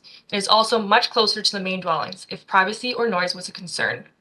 The garage sits approximately 1.5 meters from my client's home.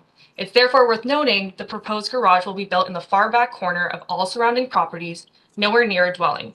It would be unjust to refuse the variances requested for the setbacks when there's a conflicting example right next door. We have also received supporting letters from 111 Airdrie and 50 Hannah Road. The owners have spoken with the owner of 114 Sutherland Drive throughout this process and received verbal support. It is my opinion and of the neighbors that the variances are minor and are in keeping with the neighborhood and meet the 4 tests of the Planning Act. Okay, thank you, madam. Does the committee have any questions of the speaker?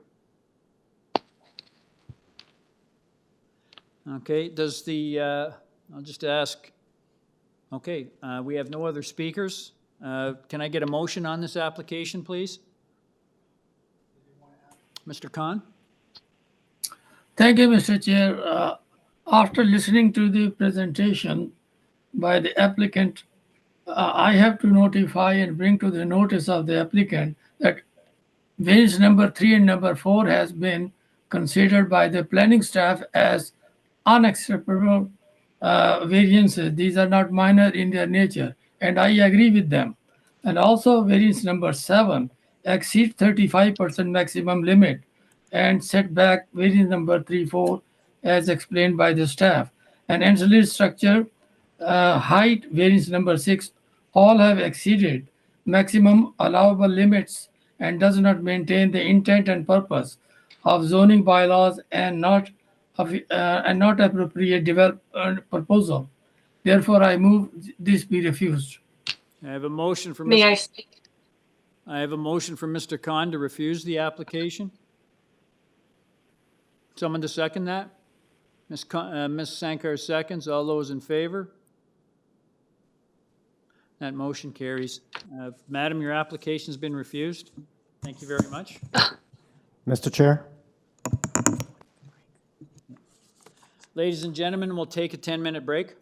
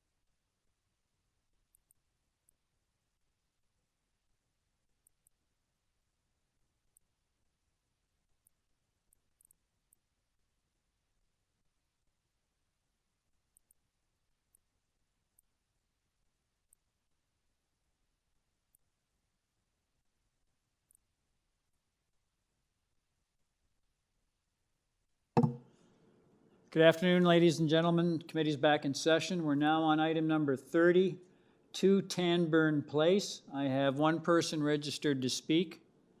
That is Marin Zabzuni. Are you there? Marin Zabzuni.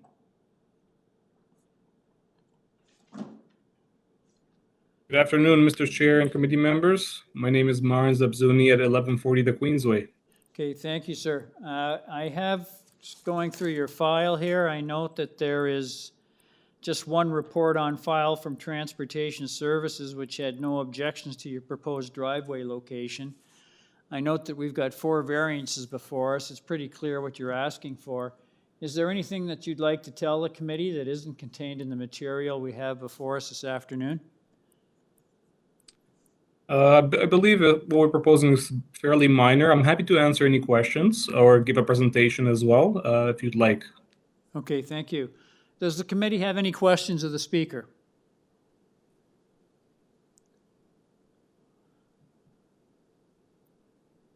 Could I get a motion on this application, please? Ms. Sankar? Yes, through you, Mr. Chair. I think this application is quite modest and minor and meets what is expected to be brought forward to this committee. And as such, I'll make a motion to approve this application without condition. Thank you very much. Someone to second Ms. Sankar's motion? Mr. Hunt seconds. All those in favor? That motion carries unanimously. Sir, your application's been unanimously approved without condition. Thank you, sir. Thank you. Thank you. Item number item number 31, that is 651 Merton Street. I have one person registered to speak. That's a Nicola Osborne. Are you there? Yes, Nicola Osborne, 55 Village Center Place in Mississauga. I'm the applicant and architect. Thank you, madam. I'm just going through your file. I note that there are no staff comments or conditions listed. You have one variance before us for front yard setback. Pretty clear what you're asking for. Is there anything you'd like to tell the committee that isn't contained in the material we have before us this afternoon? Just that it is a very small area that we're enclosing, half of the porch. It's no further than the neighboring porch, and that it does keep the character of the neighborhood. Many have enclosures less than the 4.54 meters on the street. And I think that it does represent a typical house in the neighborhood. So I ask that the committee consider the modest size of the enclosure. Excuse me, I'm just getting over COVID. Someone stole my voice. Okay, thank you. Does the committee have any questions of the speaker? There being none, could I get a motion on this application, please? Mr. Kidd? Thank you, Mr. Chair. I think this is a minor request in terms of the variance. It meets the 4 tests. I'd like to put forward a motion to accept the application without condition. Thank you. Someone to second Mr. Kidd's motion? Ms. Sankar seconds. All those in favor? That motion carries unanimously. Madam, your application is unanimously approved without condition. Thank you very much. Thank you, committee. Thank you. Thank you. We're now on item number 32, 2 Evergreen Gardens. I have 7 people registered to speak. I have, actually, I have an agent here, Mario Kalemi. Are you there? Good afternoon, Mr. Chair. Yes, sir. Can I get your full name and address, please? My name is Mario Kalemi. Hello, sir? Yes, Can I get your full name and address, please? Mario Kalemi, 425. Sure, we can't hear you. You're breaking up. Is this better? That sounds a little better. Can you give us your name and address, please? Yes, Mario Kalemi, 425 Alness Street, Toronto, Ontario, MP3J 2PA. Sir, your phone is breaking up. Are you speaking, are you using your speakerphone? No, it's the computer. Sir, we're losing your signal. You're breaking I can up. call in. Hello? I will call in. Can you hear me?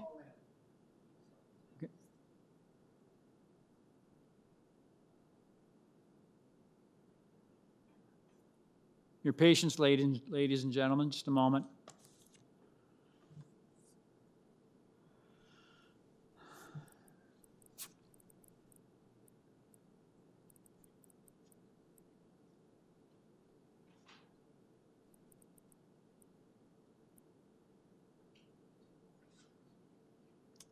Is he there, Sam?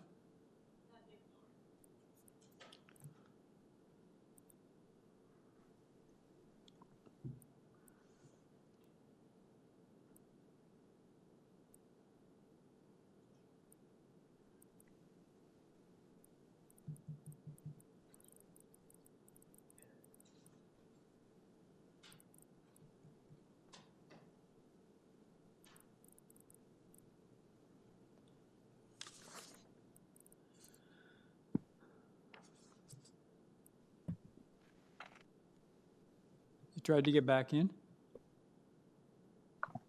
Okay, you know what? I'm going to move ahead to the next. We'll come back to this application. Hello, can you hear me? Yeah, I can hear you now, sir. Can you give us your name and address? Hello? Yes. Can you give us your name and address? Hello?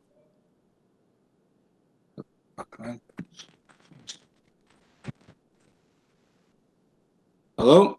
Yes, sir. We hear you. Okay, call in. Somebody call in.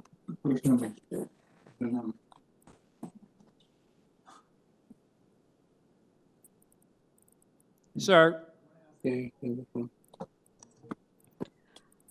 Mario, please call again. You cannot hear us probably. Okay, I'm gonna move ahead to the next item. I'm sorry, ladies and gentlemen. We'll move ahead to item number 33. We'll come back to item 32 later on. We're on item number 33, 290 Fairlawn Avenue. I have two people. Can you hear me?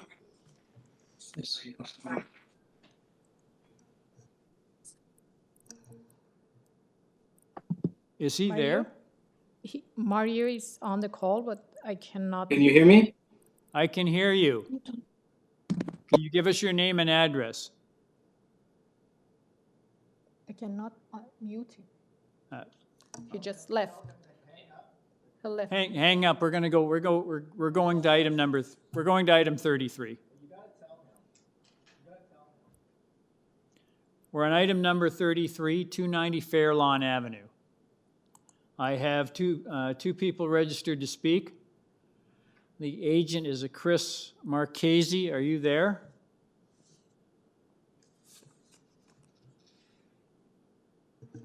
I'm here. Can you hear me okay, Mr. Chair? Yes, I can hear you. Can you give us your full name and address, please? Yeah, name is Chris Marchese. Address is 1014 on the Queensway, Unit 814. Phone number is was provided, and I'm calling on it right now. Okay, thank you, sir. I've just gone through your file. I note that we have no staff comments or recommended conditions associated with your application. This is with respect to the one variance regarding a rear yard deck. We have one person who'd like to speak, so if you could give us a brief presentation on what you see as the merits of your proposal. Sure, no problem. If staff can pull up the supporting material that was submitted at this time. What you will see here is an area in red being associated with the requested variance. All other components of the deck are compliant with bylaw regulations. It's important to note that the deck is below the first floor as required by the bylaw, which can be shown on the elevation submitted to the C of A.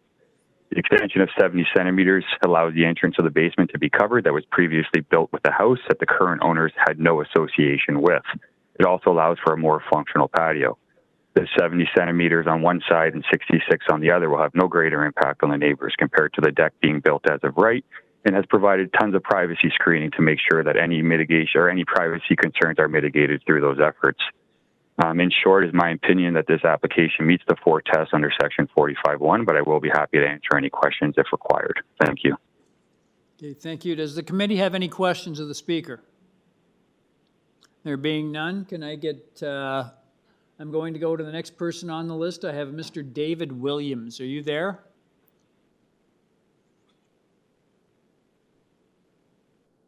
David Williams. Yes. Yes, Mr. Williams, can I get your full name and address, please? Certainly, it's David Williams, and I'm at 288 Fairlawn Avenue in Toronto. Okay, sir, if you'd like to give us your thoughts on this application. Yes, I'm the neighbor immediately adjacent on the east side. My concerns about the proposal, this is an after-the-fact application, and I did also submit written comments to the committee, along with some photos.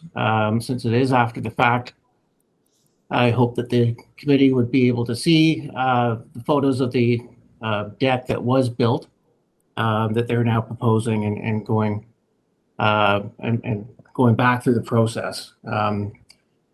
It is quite a large deck. While the variance is 0.7 meters that they're asking for, that is 28% greater than what is permissible under the existing bylaw.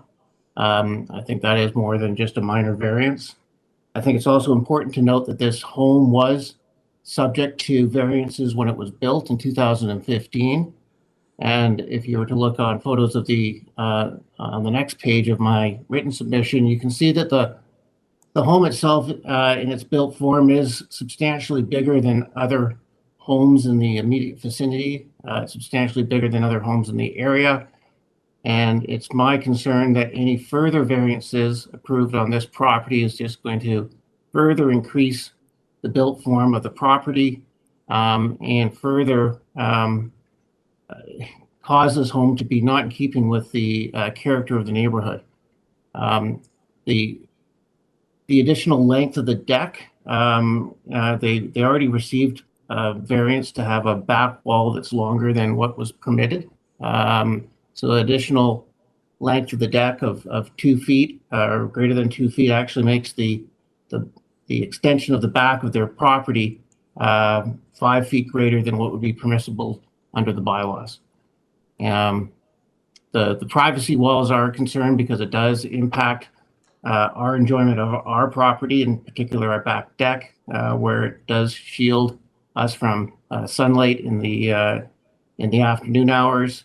Their stairwell that they have built as part of the application also includes privacy walls that project out even further from the deck and impacts the enjoyment of our property. So I feel that this is not in keeping and not in keeping with the character of the neighborhood. And I would hope that the committee sees that through the photos and would reject this application. Thank you, sir. Does the committee have any questions of the speaker? Being none, I'll go back to Mr. Marchese. Mr. Marchese, are you there? Yes, I am here, Mr. Chair. Yes, you've heard the comments from Mr. Williams. If you'd like to respond. Yeah, so in terms of process, the current owner thought that they were doing the correct thing by hiring a contractor to take control of this work and build the deck. Unfortunately, they realized through this process that the once hired contractor wasn't following the necessary municipal processes. He was let go, and a building permit application was submitted to the City of Toronto, and that's why we are here today requesting this variance. Large deck in 28%. This is not planning by numbers. Although we are exceeding the permissions, the minor variance of 0.7 centimeters, 0.7 of a meter, as I mentioned in my chief evidence, has no greater impact than what was being proposed if it were as of right.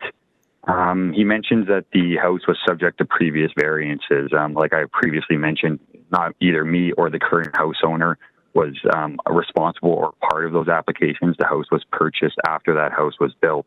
And the reason for the extension is to make sure that entrance at the rear is covered. He mentions that the length of the deck is on top of an already existing length variance. although I can appreciate that a length variance has been approved on this site, the deck length isn't tied to the dwelling length as per bylaw definitions. And the privacy wall being a concern, there are 1.8 meters, which is a standard privacy wall. We aren't above a height that is not permitted by the bylaw. It has to be below the first level, the exit onto the deck, which we are. And in most cases, these privacy walls are actually requested by the neighbor in order to protect their privacy when they are using their deck. And there's no variances associated with that. The contractor has been let go that previously built this. Once we currently have a stop work order on there that the variance is granted and approved, the contractor will go in there and make sure that it is built to the drawings that are shared with the committee, and an inspection will be completed by City of Toronto staff to ensure compliance with all bylaws and other regulations. Okay, thank you, sir. Does the committee have any questions of the speaker? There being none, could I get a motion on this application, please?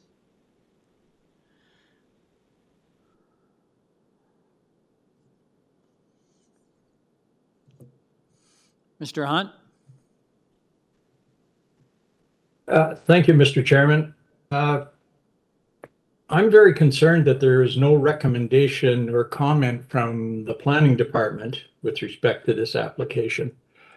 The provided information raises questions as to the protocol followed with the as-built elements of this yard. From the photographs, it appears to be very extensive in terms of the backyard development and the pool and so forth. So I am going to make a recommendation or move a motion that this application be deferred until we hear from planning and what their comments are on the extent of this development. Mr. Chair, planning had an opportunity to comment already. They've reviewed the application. And if nothing has changed, it's unlikely they will provide any more additional comments. So it's either approve or refuse, Mr. Hunt. Well, then I'll move refusal of the application. Someone to second Mr. Hunt's motion to refuse the application? Ms. Sankar seconds. All those in favor? That motion carries. Sir, your application's been refused. Thank you very much. I'll go back to item number 32, 2 Evergreen Gardens. See if we can get a hold of the agent. Mario, good afternoon, Mr. Chair. Mario Kalemi, are you there? Good afternoon, Mr. Chair. Can you hear me? Yes, I can hear you. Can I get your full name and address? Mario Kalemi, 425 Alness Street, Toronto, Ontario, M3J 2T8. Okay, thank you, sir. Just going through your file, I note that there are no staff comments or conditions listed with your file. There are 6 people registered to speak. So if you'd like to give the committee a presentation on what you see as the merits of your proposal. Absolutely. Okay, so I will be referring to our submitted materials, if you can kindly pull that up. Clients have spent considerable time to design their home, and they have made numerous revisions with their architect, reducing larger variances following consultation with the city, and they have also taken into consideration neighborhood norms that have been voiced by Save Our Bennington Association. My clients have further discussed this application with many immediate neighbors who have assigned in support. And if you see on page 4, you will see the supporting properties. They have also discussed it with Save Our Bennington and the objecting neighbor, and the response has been that they would be in a position to support the requested variances if my clients alter the design to remove the dormers. This clearly indicates that the variances are not an issue and are minor in nature. We have considered the subject application against the 4 tests required under subsection 45(1) of the Planning Act. Does it meet the general intent of the official plan? Policies 4.2, section 4.1, policies 5C and D of the official plan state that development in established neighborhoods will respect and reinforce the physical character of the neighborhood, including particular heights, massing, scale, dwelling type, and prevailing building types. The proposed dwelling has been carefully designed to ensure that it fits within the character of the neighborhood. We have maintained a two-story contemporary home featuring a sloped roof with dormers as found in many homes in the area. If you can kindly pull up the pictures on page 9 and 10, you will see what I'm referring to.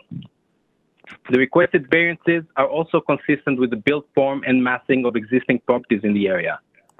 There are 3 objections, or at least written objections, and we wish to discount the objection from the councillor, who has clearly not reviewed the application and is blindly copy-pasting the words of Save Our Bennington. The objections by the neighbor at 4 Evergreen and Save Our Bennington both focus on the design of the property and that it somehow does not fit the character of the neighborhood at all in this committee application. Secondly, my clients actually drove around the neighborhood when designing the home, and they fell in love with the design by seeing it in other properties in the area. As you can see in the pictures, there are numerous homes with dormers in Bennington, and one is located right around the corner on Lumley. The objections also raise fictional assumptions that this is a 3-story home with an FSI of 0.981, when clearly it's not. It's a 2-story home with dormers on the roof. Does the variance meet the general intent of the zoning bylaw? The intent and purpose of the requirement under the RD zone are to ensure compatible build form and that there are no unacceptable adverse impacts on the adjacent properties. Now, the term compatible does not mean that everything must be the same, but the 2 dwellings could be different yet still be compatible. The proposed development conforms to most sections of the bylaw and maintains the general intent. Are the variances minor in nature? The requested variances are not out of character with similar approved variances, as you can see in the charts in front of you. Furthermore, as previously mentioned, both the objectors have stated that they would be in a position to support all requested variances in exchange for removing the dormers from the design. This clearly confirms that the objections are not related to the variances requested, which are minor, but the design of the house. These slight increases in lot coverage, FSI, building length, and depth all relate to a 1-story extension for a breakfast area and are well within the norm approved by the committee. And the perceptions of such variances are not perceived from the street. The minor variance for the area of each platform at or above the 2nd story is also minor in nature. The bylaw provides for a balcony with an area of 4 square meters. We are requesting for this area to match the roof above the breakfast area, and this is to achieve a desirable aesthetic look. The balcony is located off the primary bedroom, and its use will be limited. The building height is also within the range as approved by the committee and does not create any additional privacy or overlook impacts. This is consistent with many other minor variance applications and approved in at least 12 recent decisions. The request is to allow for desired architectural design of the property with dormers so that the roof does not overpower the building and achieve the desirable balanced aesthetic appeal. Finally, sir, can you summarize, please? Desirable? Yeah. Is the proposed variance desirable for the appropriate development of the land? The variances requested will allow our client to build a beautiful forever home for themselves and their 3 young children. They have been living in the old bungalow for over a year, and they have discussed their plans with many neighbors, of whom many are in support. Even the concerns raised have not been for the requested variances, but aspects of design. They should not be sacrificing their dream forever home design. Thank you. We'll go to, does the committee have any questions of the speaker? There being none, I'll go to the first speaker. I have an Ian Anderson. Are you there?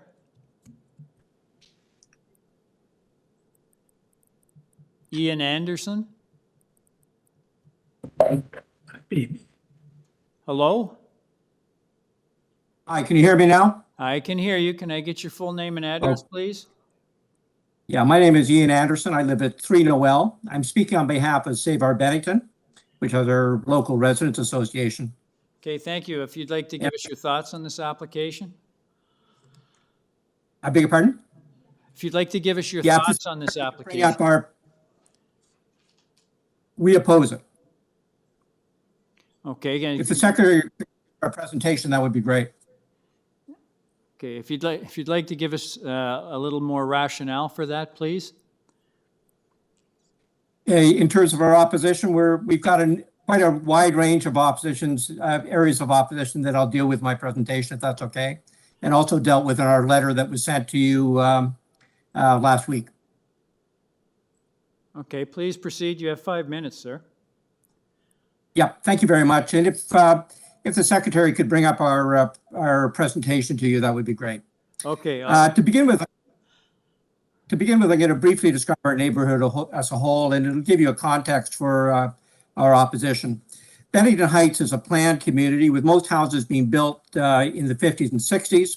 The original visionaries wanted comparatively modest houses on larger lots. The houses are generally lower to the ground with a smaller FSI. And the architecture was considered secondary to the landscaping, which ensured the green space and the tree canopy. About 10 years ago, our neighborhood started to experience rapid, what we would call overdevelopment. Much of it was inappropriate and destabilizing. At that time, a few monster homes were built, houses that grossly exceeded height, setbacks, FSI, and lot coverage. Even townhouses, condos, apartments, lot severances were all considered. And that was the beginning of Save Our Bennington as we came together as a community. Let me be very clear with the committee. We are not against development and we're not against renewal of the neighborhood. It's happening constantly in our community. We welcome development if it is within character of the community. And I think our interactions with our councillor, city and this committee over the last 10 years have showed that we're prepared to discuss, listen, and compromise. So what is the character of Bennington? We're a neighborhood of an eclectic mix of homes, contemporary, modern, traditional, flat roofed and peaked roofed, but the prevailing form of these houses is obvious. Over 90% of the houses are one-story bungalows, 1.5-story houses, and the most typical is the 2-story modest structure. These account for over 97% of the homes in our area. 3-story homes are an extreme rarity, and there are none whatsoever on Evergreen Gardens or in the adjoining streets. We've had the opportunity to review the variance application for 2 Evergreen Gardens and to discuss our concerns with the neighbors or with the owners. I want to say they didn't reach out to us, we reached out to them. At first glance, we thought it was pretty straightforward and would generally meet most community standards, although the house is a bit high and it has one unique exception in our community. It's quite a bit longer than other homes in Bennington. However, when we looked more closely, we found that it is not a routine and straightforward application. We're asking the committee to look carefully at our concerns and look beyond the numbers that are presented. And if you go to page 3 on our opposition document, you'll see what the house will actually look like from the street and from the rear. In a neighborhood that is essentially void of 3-story homes, this poses an extreme challenge. Those that speak after me will explain the specifics of our concerns, but quickly put, this does not reflect the physical character of the neighborhood. From the street, the house reads as a 3-story structure, which may be why when we never had a good answer to our question, why is an elevator going up to the attic, as we understand that it is. We've been very disappointed with the dialogue that we initiated with the owner. We met, we tried to work towards a compromise. We asked for what we think are minor changes. We never got a response back from them. I think that's important after what you just heard. The conversation was cut off. We went back to them several times asking, are you listening? Do you want to talk further? We got nothing, absolutely nothing back. We're willing to compromise on the neighborhood norms to make these cosmetic designs as we see them.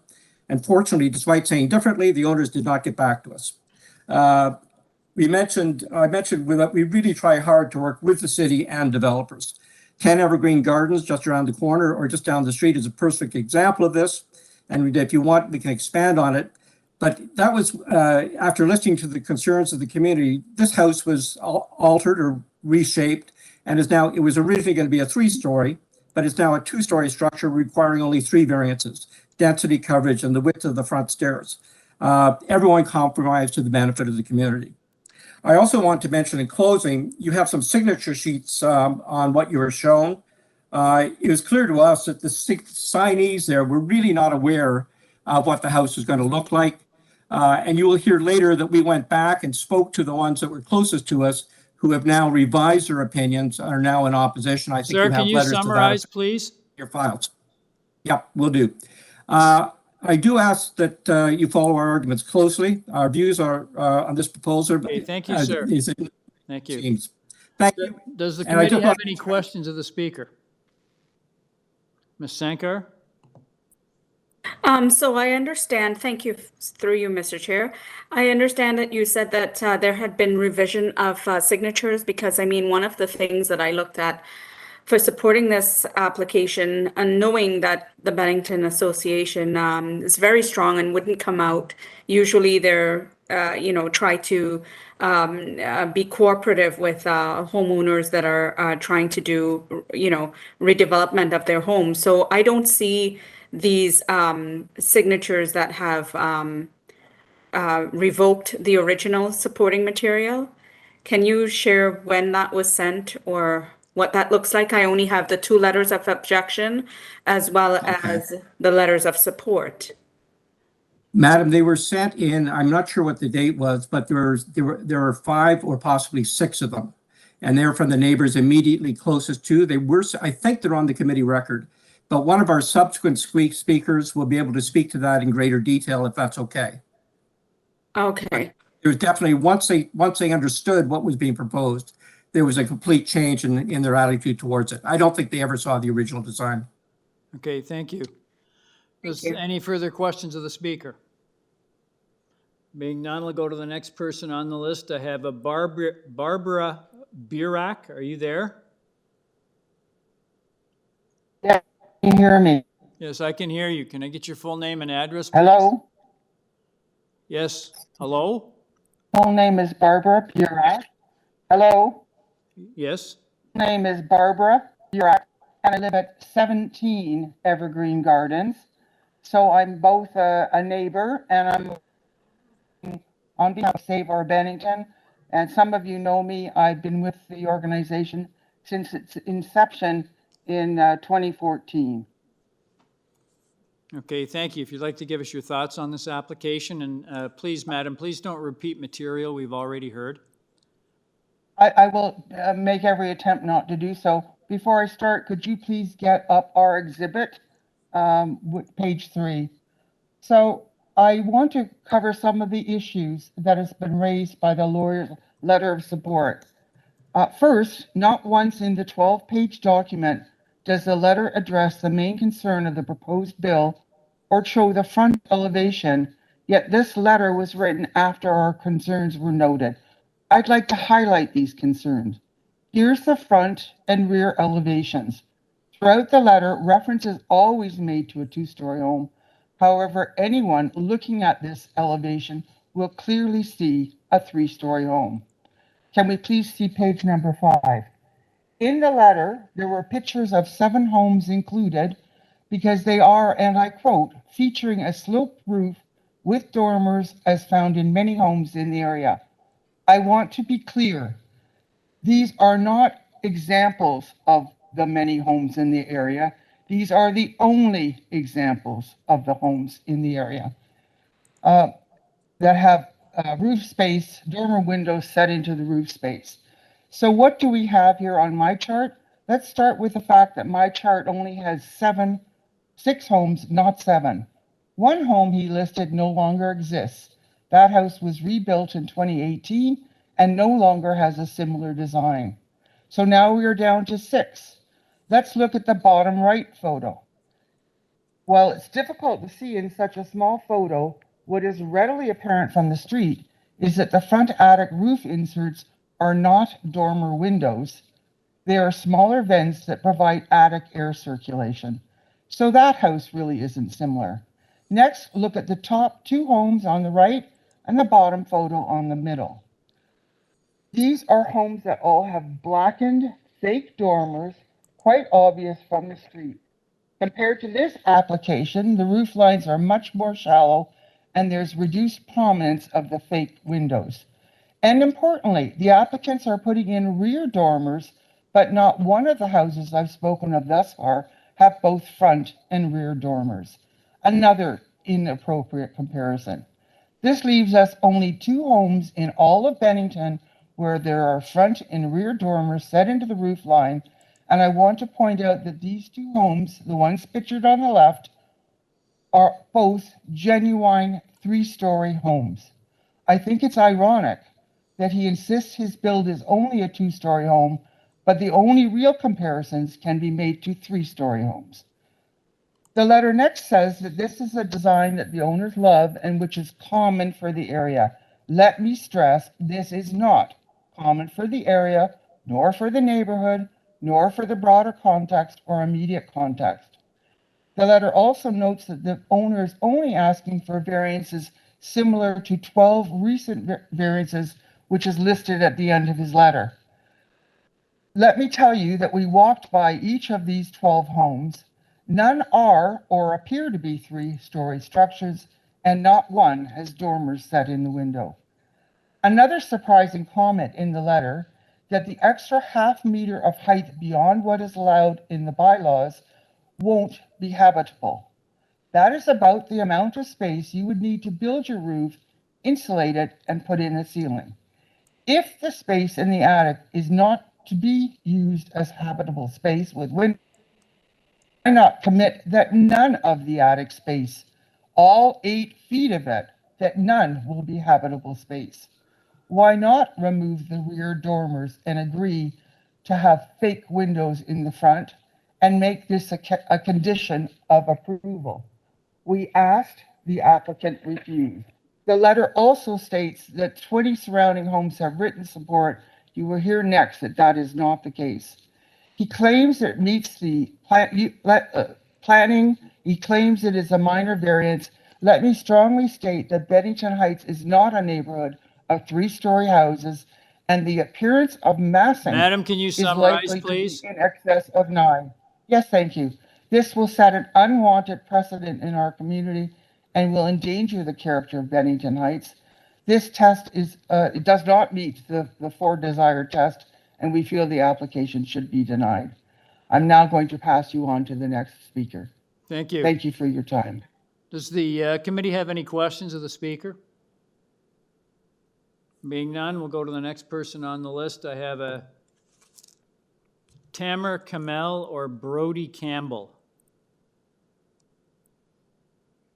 Yes, hi, this is Brody Campbell. Yes, hello. Can I get your full name and address, please?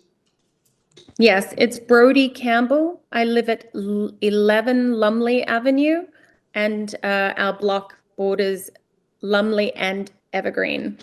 Okay, thank you. If you'd like to give us your thoughts on this application, madam, but please don't repeat material we've already heard. I'm actually going to try address the question of the signatures, which have actually been withdrawn. And if I could have page number 9 brought up. Thank you. Thank you. Yeah, so I'm here to try and explain why there are 6 withdrawals and why I believe that the signatures supporting number 2 Evergreen should not be considered by the committee. We moved here last year, my partner and I, and 2 children, and we're drawn to Bennington Heights by the understated nature of the neighborhood.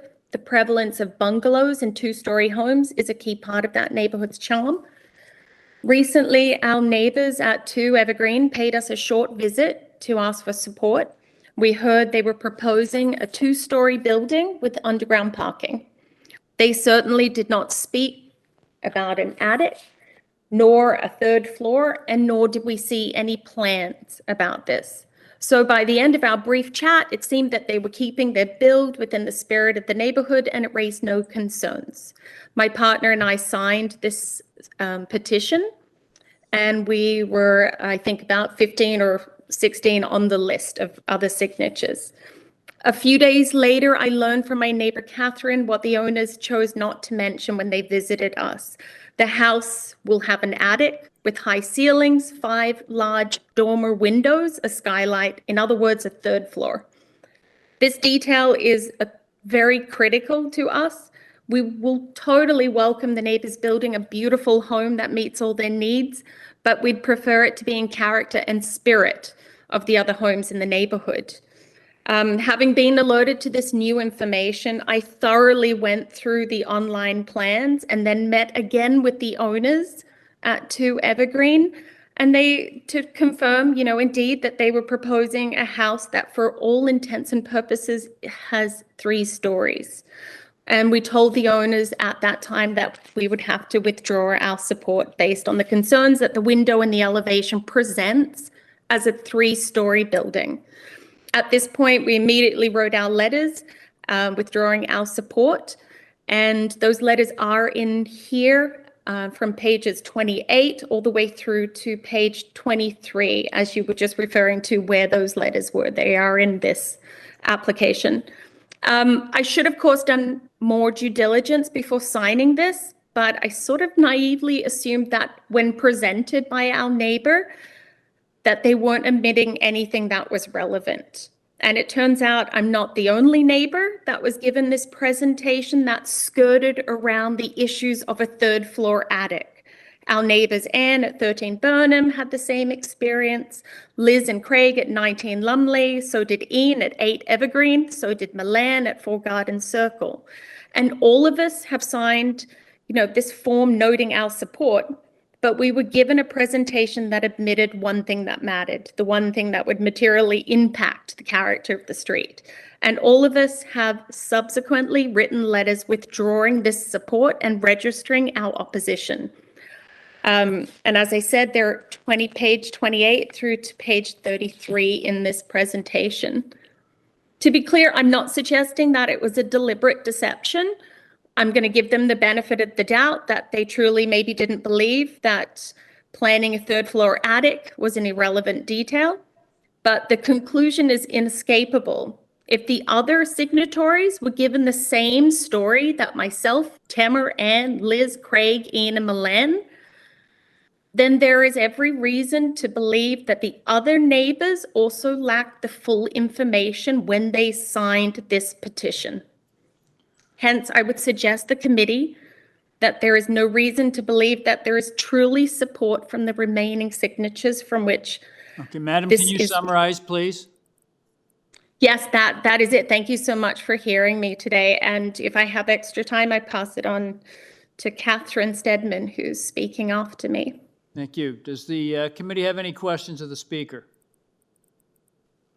There being none, I'll go to the next person on the list. I have a Catherine Stedman. Are you there?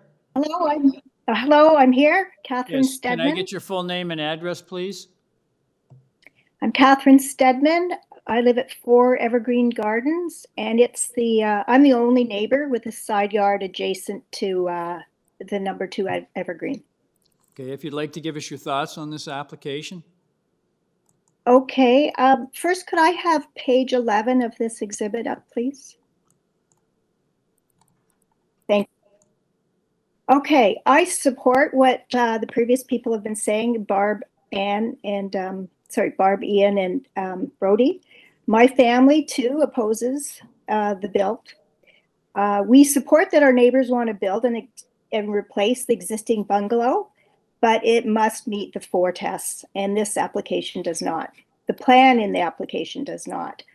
Anne and Havani moved in about a year ago, and through the year I've had a number of conversations with them, and I've always been struck by what Havani has said. He's a general contractor, and he said a number of times, there's always a way around the rules to get what you want.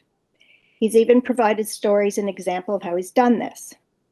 So based on what I've learned, and in my opinion, and that of the others, we feel like the owners want a 3-story home in a neighborhood where few exist, and they believe they found a way to get around it. A massive 3-story house would not comply with the plans and bylaws, but the application for number 2 was carefully crafted as a 2-story home with minor variances. The owners said they only had a few minor variances because they didn't want to raise any red flags.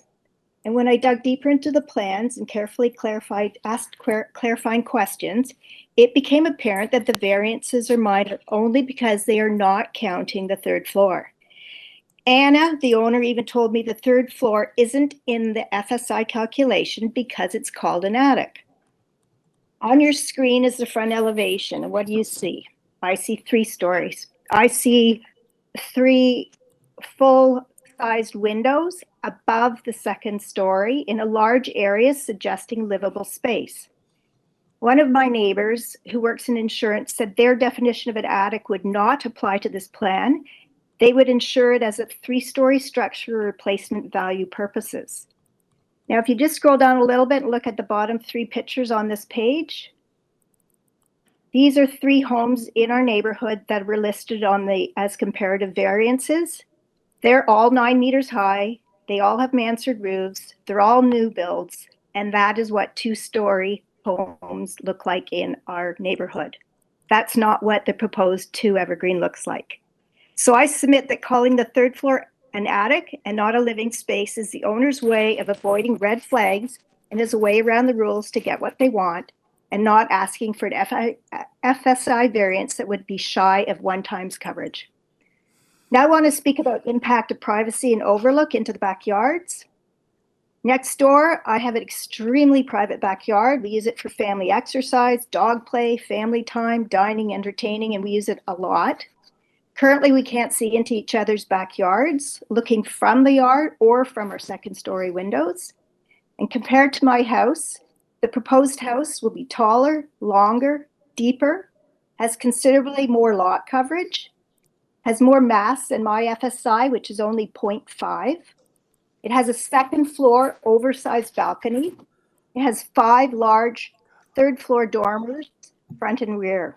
This results in direct lines into my backyard and the neighbors' backyards. A variance of a total length of 19 meters is more significant than any length variance previously approved in Bennington Heights, which is really concerning. So we asked to tie the variance of the extra 2-meter length to the breakfast nook to the plans. The answer was no. So is this breakfast nook going to be placed closer to the edge of the property? Or will the whole house end up being 2 meters longer? That puts my house at 3.5 meters shorter. We've initiated several meetings to understand the plans and discuss compromises. We found that the owners seem to be protecting their 3rd floor story attic as if it will be someday a livable space. We asked if they'd remove the dormers. They said no. They even pointed out that they could agree to remove the dormers, but then put them anyways because the bylaws don't regulate windows. We asked if we could add a notation to the plans to confirm that the windows are Madam, not can you operable. summarize, please? Yes. We asked about the skylight in the attic going into the 3rd floor, and we got indirect answers, but it appears that they do go into the attic, which is not allowed. In summary, this is not an application for a 2-story house. We should be discussing significant variances for 3-story, and we should refuse it. Thank you. Thank you. Does the committee have any questions of the speaker? There being none, I'll go to the next person on the list. I have Joanna Lang. Are you there? Hello, hi. My name is Joanna Lang, and I live at 6 Evergreen Gardens. Mr. Chairman and committee, I live 2 houses. Madam, please don't repeat material we've already heard. Tell us something new. Noted. Noted. Mr. Chairman and committee, I live 2 houses down from 2 Evergreen. I support what the other speakers have said in opposition to plans for 2 Evergreen Gardens. The plans are out of character with the broad and immediate neighborhood. They set a dangerous precedent for the 3-story homes being built in Bennington. And I yield the rest of my time to Tara Purko, next speaker. Thank you. Thank you very much, madam. Does the committee have any questions of the speaker? There being none, we'll go to the next person on the list. I have a Tara Piurko, Piurko. Are you there? Tara Piurko, are you there? Tara, you are unmuted. You can talk. Tara, are you there?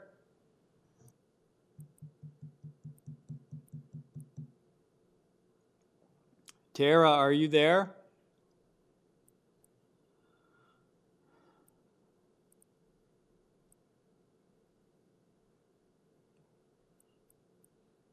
Tara Piurko, are you there?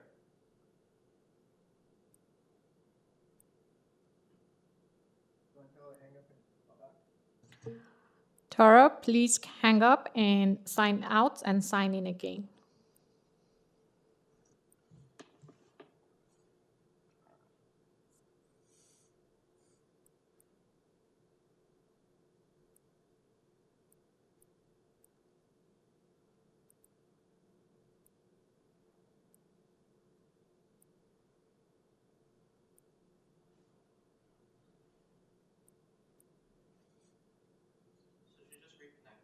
Okay.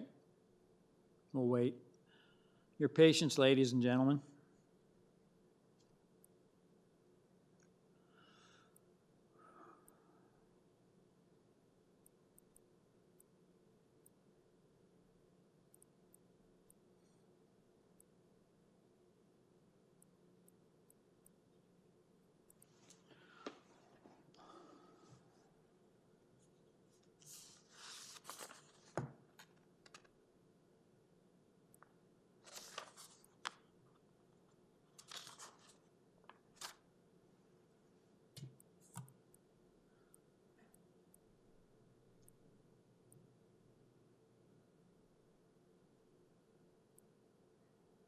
Is she trying to reconnect?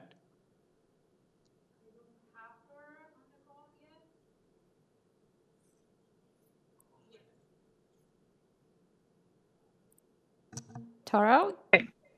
Hi, my apologies, members of the committee. I tested my audio in advance and it was working perfectly, so I'm not sure what happened when you unmuted me. Can you hear me now? I can hear you. Can you give us your name and address, please? Thank you for your patience. My name is Tara Pierco and I'm at 8 Evergreen Gardens. Okay, if you'd like to give us your thoughts on this application, madam, but please don't repeat material we've already heard. I will not. I live at 8 Evergreen Gardens. I'm a planning lawyer, but I'm here today as a concerned neighbor. I adopt and support what has already been said in opposition, and I'm going to address the 4 tests. And I submit that the proposal does not maintain the general intent and purpose of the OP, and it's not appropriate for the development of the land. In terms of the OP, after December 2018, as you know, there was a new world order in terms of the protection of neighborhood character. And I'm at page 15 of our document with the approval of OPA 320 that amended policy 4.1.5. The lawyer's letter of support cites the policy, but the lawyer left out a few important considerations: the concept of prevailing, what it means, the difference between immediate and broader context. And if you go to page 15 of our submission and you look at the opening text, and I'm not going to read it, of policy 4.1.5, also look at C, D, and G. Look at what is meant by geographic neighborhood at page 15 under the itemized list, the concept of broader context at page 15, the concept of immediate context at page 15 over to page 16, and the concept of prevailing at the last 2 paragraphs of page 16. And over to the second paragraph at page 17, no changes will be made through minor variants that are out of keeping with the overall physical character of the neighborhood. If you could now go to page 2 of our fulsome submission, you've heard a lot of evidence about the front elevation in relation to our neighborhood character. I submit the proposal before you will not respect and reinforce the existing character of this neighborhood, and importantly, the character of the immediate context. Approval of the current plan would serve to undermine the policies meant to protect our neighborhood character. In terms of length and depth of house, and I'm still on this page, the applicant is asking for 2 meters or over 6.5 feet of building lengths and an additional 3.33 meters of building depth. Ms. Stedman's house is only 15.8 meters in length. And you can see from page 2 on the north side, there are no houses that are that long or that deep along this section of Evergreen. The immediate context. In terms of the privacy and overlook in the rear upper patio, the variance would permit each platform to be no more than 8.86 meters. If you look at the zoning, sub A permits a deck at the front, at the back, and on each side. So each of them could be 8.86 meters if they decide to do it, because you don't want to tie anything to plans. I'm not aware of any variances in our neighborhood that permit that type of relief. Now, if you could please go to page 5 of our submission. As you see, the only variance in the materials along our section of Evergreen is for 10, which we put to you. The 3 variances for that are minor, and the house is in keeping with the character of the immediate context. There are only 4 applications in the materials, and if you look to page 5 through 8 of our submission, only 4 were approved after OPA 320. Everything else predates December 2018. Of the 4, 2 are large ravine lots at 2 Moore Hill and 415 Heath. The other 2, 422 Heath, is at the corner of Lumley and Heath, And that has a very unique condition in terms of slopes and what was considered the first floor. And then the one on Knoll, which is the last one on the list, the height is only 8.5 meters, and it is a 2-story home on a smaller lot than the subject. There are no variance approvals in the immediate context that support what is before this committee today, or even in the broader context. What is proposed is not the most frequently occurring form of development, nor does what is proposed exist in substantial numbers in our neighborhood. And this language is quoted from the OP at page 16 of our submission. If this application is approved in its current form, it will set a dangerous precedent for the character of our neighborhood. Now, if you could please go to page 19 of our submission, I suggested a deferral of the application to the applicant to allow time to discuss and make changes to address the neighbors' concerns and to tie the variances to the revised plans. Most importantly, to limit the home to 2 stories. The applicant advised that they would not amend the plans, they would not agree to tie the relief to any plans, and the variances were minor, and then threatened windows at the 3rd level along both sides, in addition to the front and the back. This response was surprising and caused me to pause and to be concerned. When the panel asked the applicant to respond to our submissions, my guess is that the applicant will remind you that it's only a 2-story home, that is what is shown on the plans and presented in this letter of support, and that the attic is the attic. The committee should ask the applicant, why not make the changes requested by the neighbors and tie the approvals to amended plans to address the neighbors' concerns? I really, truly think that our concerns can be addressed. Thank you, The madam. applicant is open to working with us. Does the I oppose. Does the committee have any questions of the speaker? There being none, we'll go back to the, I have no other speakers to go back to the agent. Mr. Kalemi, are you there? Yes, I am. Yes, hello, sir. You've heard from the previous speakers, so if you'd like to reply to their comments. Yes, thank you. Firstly, I would like to point out that the objectors are all using a presentation and objecting documents that have not been submitted, nor they have been provided to us. This is all news to us. With respect to the change of position of supporters, my clients have had neighbors approach them and asking why are they building a 3-story home and why they're alive. Again, this is not a 3-story home. So whoever is changing their position is being told by Save Our Bennington a false story. A story that my client is building a 3-story home and that the attic has 9-foot ceilings, a skylight, elevator access, staircase, again, which is all false. The strong and inappropriate opposition to this application is based on anger that the owner simply wouldn't bend to the demands of Save Our Bennington, despite the fact that my clients have made numerous revisions, which have resulted to reduced variances. This has resulted in outright speculation as to the use of the attic space, which is now being spread throughout the neighborhood, and it's really upsetting this young family. My clients have been threatened with appeals, objections from the counselor, surprise inspections by Save Our Bennington if my clients did not change the design. They even told my clients that they wouldn't fit in the neighborhood if they do not concede to their demands. The reference to meeting my clients to confirm that a 3-story is intended as a 3rd story is absolutely false. The attic is not being used as habitable space. It is simply to accommodate the roof structure and a storage space. My clients are not trying to be sneaky in any way. They have designed the home in accordance with the bylaw requirements. City zoning has approved the property as a 2-story home. This is not a 3-story home. Save Our Bennington is arguing that the dormers make the house look big. Regardless of the fact that with or without dormers, the house would be the exact same size. It would be 9 meters, which is very much within the precedent set by recent decisions in the neighborhood. We also believe that we have presented sufficient evidence that 2-story homes with dormers on the roof or dormers in general are in fact within the character of the neighborhood. With respect to the objector, Tara Purko, the last speaker, I was at the property 2 days ago along with the architect when she came to speak with my clients, and I asked to speak with her, and she absolutely refused to speak with me or with the architect about her concerns. She demanded to speak only with the owner, only in their presence, not in our presence. Like a lot of the points being made here that are being spread around the neighborhood is that the ceiling height in the attic is 9 feet. It's not. It'll end up below even 6 feet. The design of the roof has nothing to do with the living area.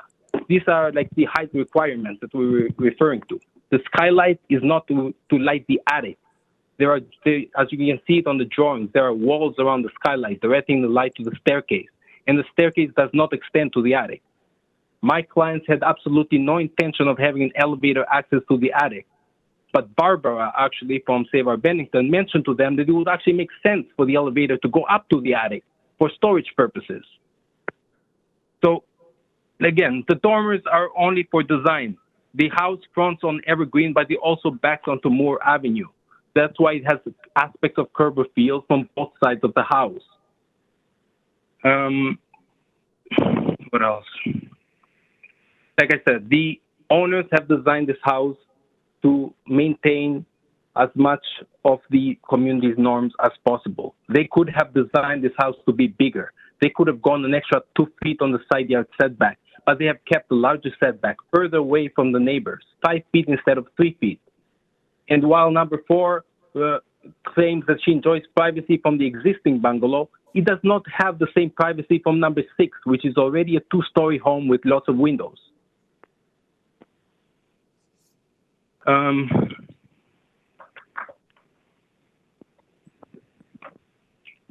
sure if there's anything else. Anything else? And there were a number of comments made that my clients are refusing to tie the building length and the building depth to the breakfast area, tie those to the plans. My clients have absolutely no intention of making any other balconies. So if that is required on your end to tie the building length and the depth to the plans, that's absolutely fine. My clients designed the house to be 17 meters for the purpose to meet the bylaw requirements. And the breakfast area was simply a single-story extension that is provided in the bylaw.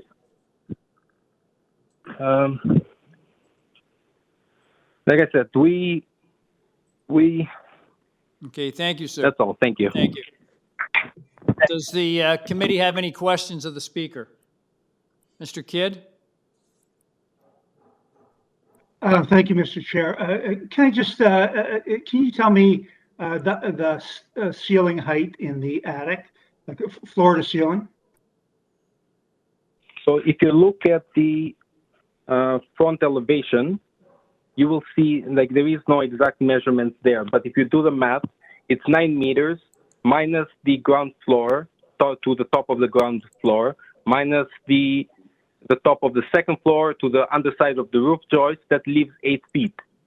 From the underside of the roof joist to the top of the roof structure.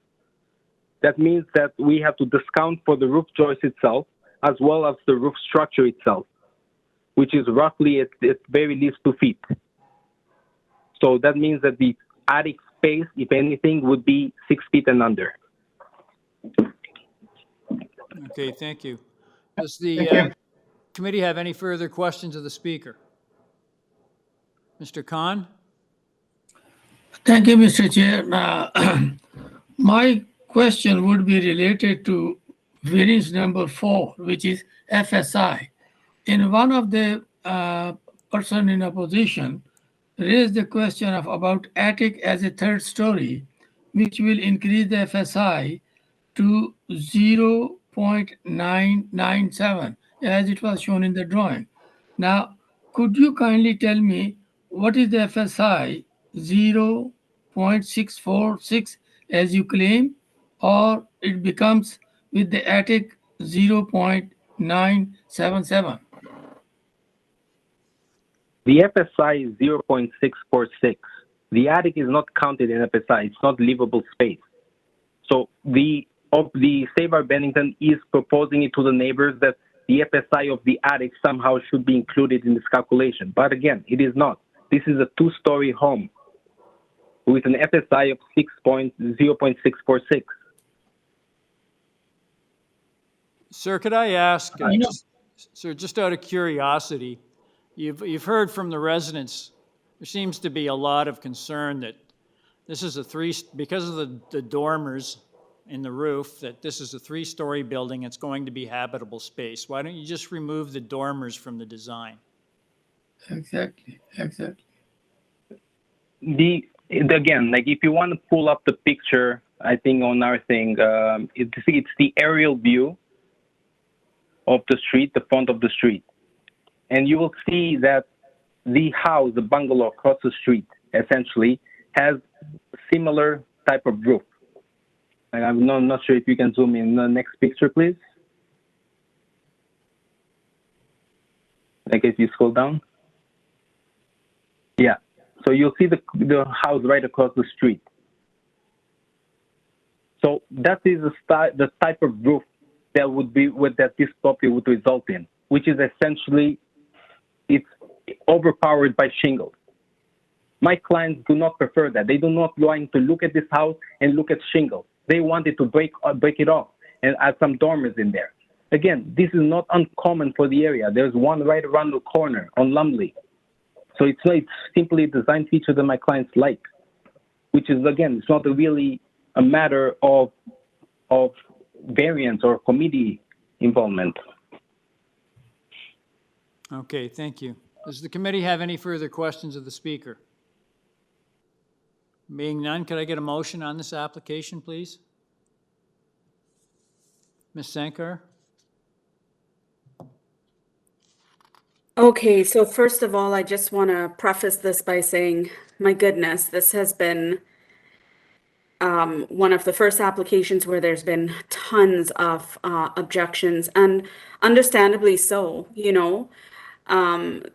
Looking at this on the onset, you would consider this to be a 3-story. And if there's so much objection and unrest about this, you know, why not change the design? But me here at committee, we don't have any sort of like parameters to concern ourselves with design. There's only a specific limited scope for which we have the power of decision making. And as such, I've got to look at what's before me. So while I hear everything that the neighbors are saying, I too am concerned. However, I don't see staff reports being very concerned about this.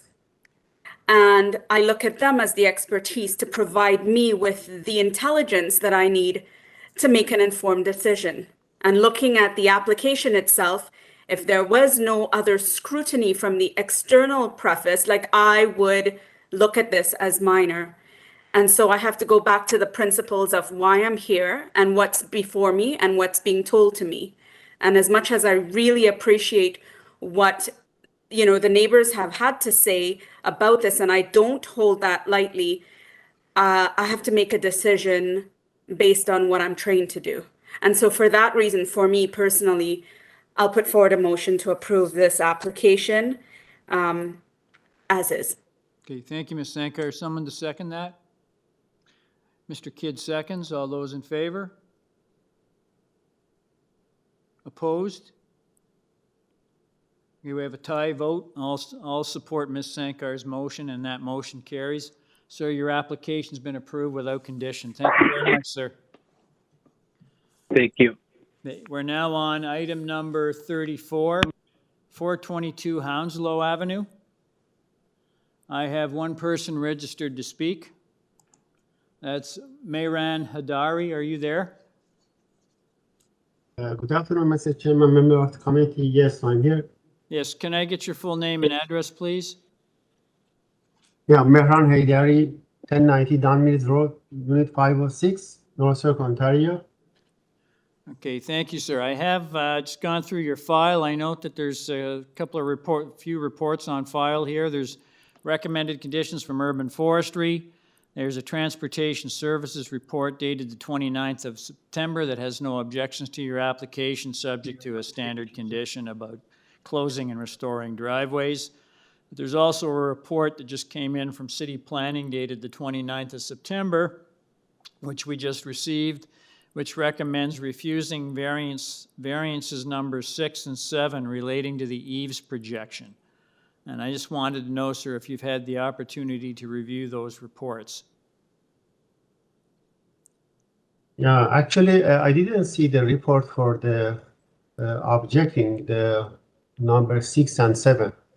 And I believe there is the confusion here because the planning staff called me and asked me the question about number 6 and 7, about the eaves projection.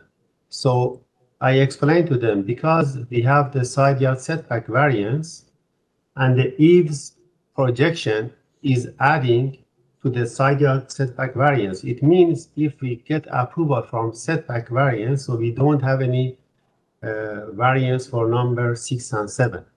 So in either way, I am okay for removing variance number 6, 7, and also 8 because of the transportation report. So I'm okay with removing variance number 6, 7, and 8.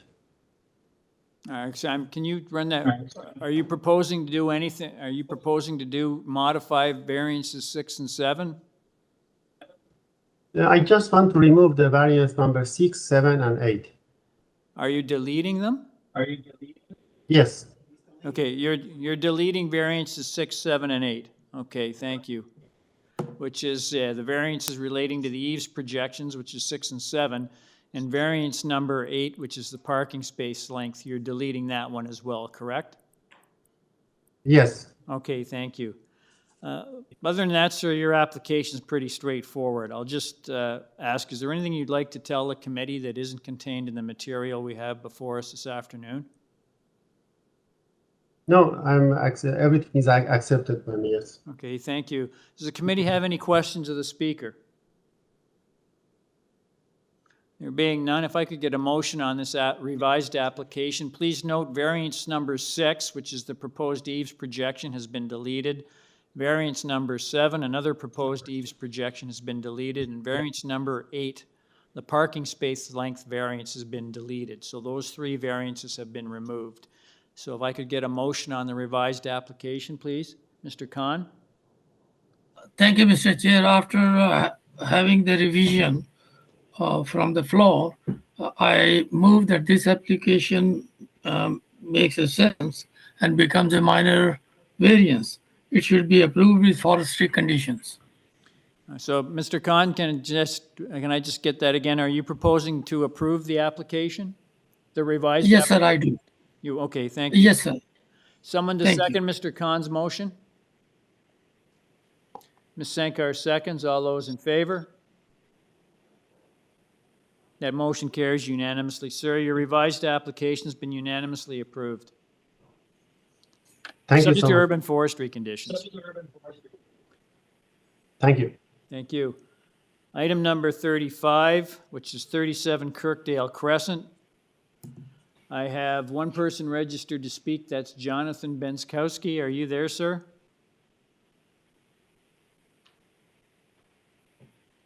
Mr. Benskowski, are you there?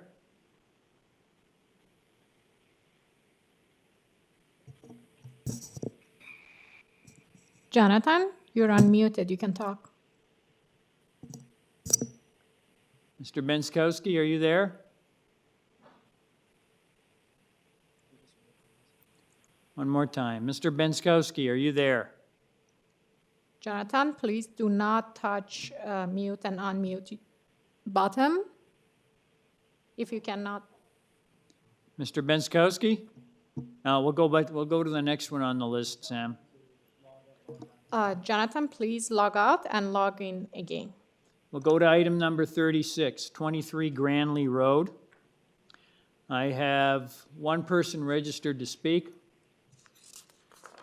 That's Christine Deng, D-E-N-G. Christine, are you there? Yes, I'm here. Yes, can I get your full name and address, please? My name is Christine Dan, and my address is 2710 14th Avenue. Okay, thank you. I'm just going through your report, your file here. I note there are a couple of reports on file with your application. One from City Planning dated 29th of September. They recommend you modify variance number 4, which is the building height, variance number 8 for the under the building height under the old bylaw. There's also a report from Transportation Services dated the 29th of September. Has no objections to the driveway width, subject to a standard condition. I just wanted to ask, Madam, have you had the opportunity to review those reports? Yes, I do. Okay, I just wanted to ask, Madam, are you proposing to make those changes to the to your application as requested by City Planning? Yes, variance number 4. Okay. The proposed height under bylaw 569/2013 is reduced from 8.312 meters to 8.15 meters. Okay, what's the next one? Variance number 8. The proposed height under bylaw 7625 is reduced from 8.562 meters to 8.4 meters. Okay, great. Thank you, Madam. Is there any other changes? No. Okay, thank you. Those are the changes requested by planning. You're satisfying them. And I just also wanted to mention there is an urban forestry condition as well. Is there anything you'd like to tell the committee that isn't contained in the material we have before us this afternoon? Yes, regarding the transportation report, we do see there the neighbor 8 Wanda and 7 Calvin Avenue were approved with 6-meter driveway width, which are the same as we are asking. So I believe this variance is minor in nature. Okay, hang on just a second. What with opposed to the driveway width? Transportation Services had no objection to it. Are you proposing to remove that? No. Okay, so all right. So it's variance number 2. The driveway width remains. Yes. Okay, thank you. Is there anything else you'd like to add? No. Okay, thank you. Does the committee have any questions of the speaker? There being none, if I could get a motion on this revised application, please note variance number 4, the proposed building height under 569-2013 has been reduced from 8.31 meters to 8.15 meters. And the building height under the Old North York bylaw 7625, I believe it has been reduced from 8.56 meters to 8.4 meters. So if I could get a motion on this revised application, please. Mr. Khan? Thank you, Mr. Chair. Already variance 4 and 8 have been revised and variance 2 has been okayed by the transportation services. So I move this application be approved with forestry conditions, and also a note from the transportation services that driveway no longer needed, filled with source material, landscape material, etc. Thank you very much, Mr. Khan. Someone to second Mr. Khan's motion. Mr. Hunt seconds. All those in favor? That motion carries unanimously. Madam, your revised application has been unanimously approved, subject to urban forestry and transportation services conditions. Thank you, Mr. Chair and committee members. We're now on, we'll go back to item number 35. Mr. Benskowski, are you there? I'm here, sir. Yes, can I get your full name and address, please? Yeah, Jonathan Benskowski. And your address?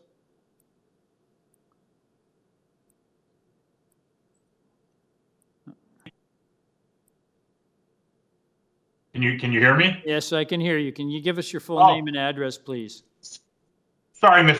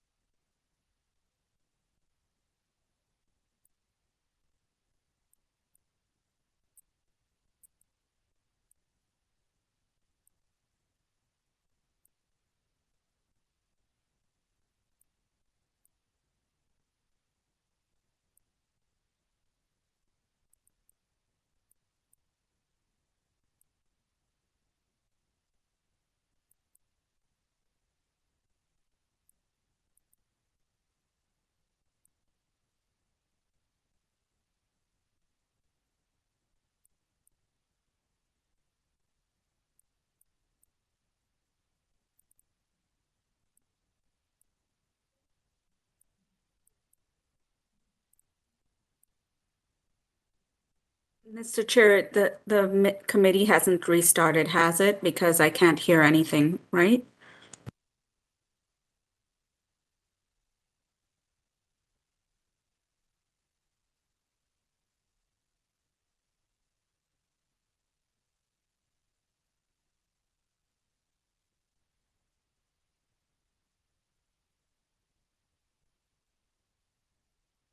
Hi, we're just sort of we're just the we were having an internet issue, and right now it's just being resolved, so we should be back very shortly. Just give us a moment, and thank you for your patience.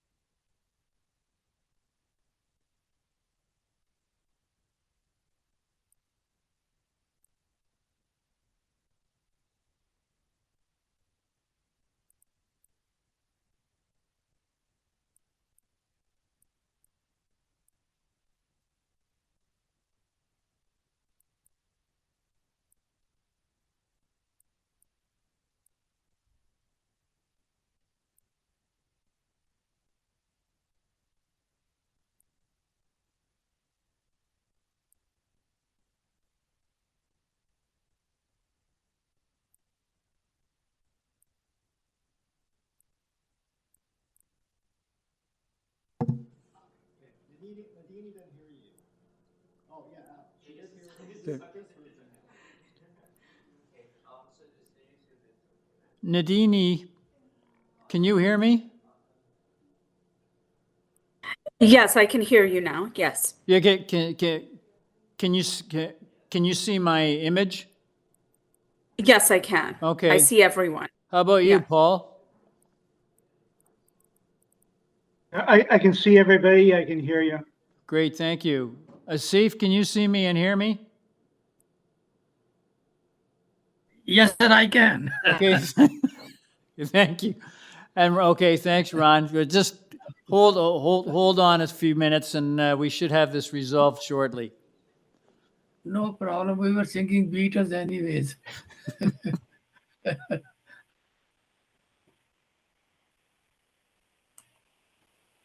Mr. Kidd, I noted you weren't feeling well earlier. Perhaps if it's going too long, we do have quorum. Just wanted to suggest that for your health.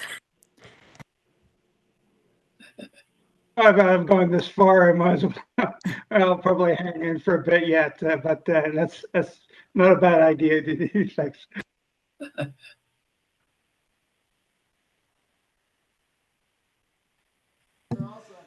Ladies and gentlemen, my apologies. We're back. We're back in business. We're still on item number 38 now, which is 336 Sheldrake Boulevard.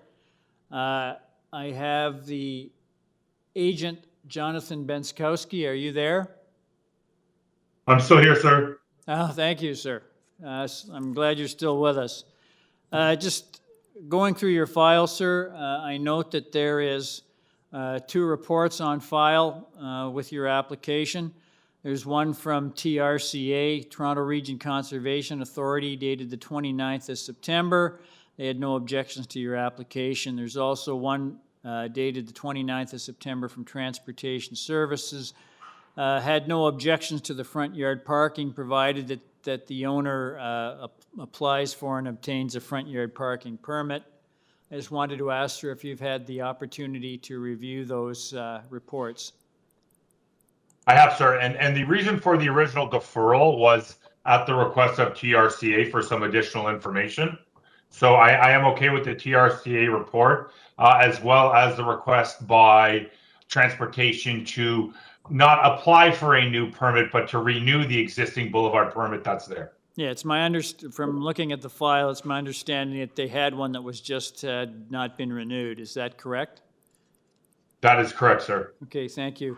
It's pretty clear what you're asking for in the variances before us. I'm just going to ask, sir, is there anything you'd like to tell the committee that isn't contained in the material we have before us this afternoon?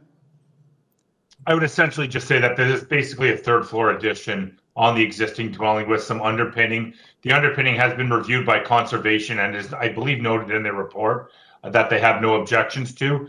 This is now the second time it has gone out through a public notice. The same neighbors got the notice as the first time. There were no objections the first time, rather there were actually letters of support, and we don't see any letters of objection this time either, sir. Okay, thank you, sir. Does the committee have any questions of the speaker? Ms. Sankar? Yeah, through you, Mr. Chair, I just wanted to find out about the character of that area. I note that staff has no report, no concerns. Nothing has been brought out in sort of like negative commentary or objections about this.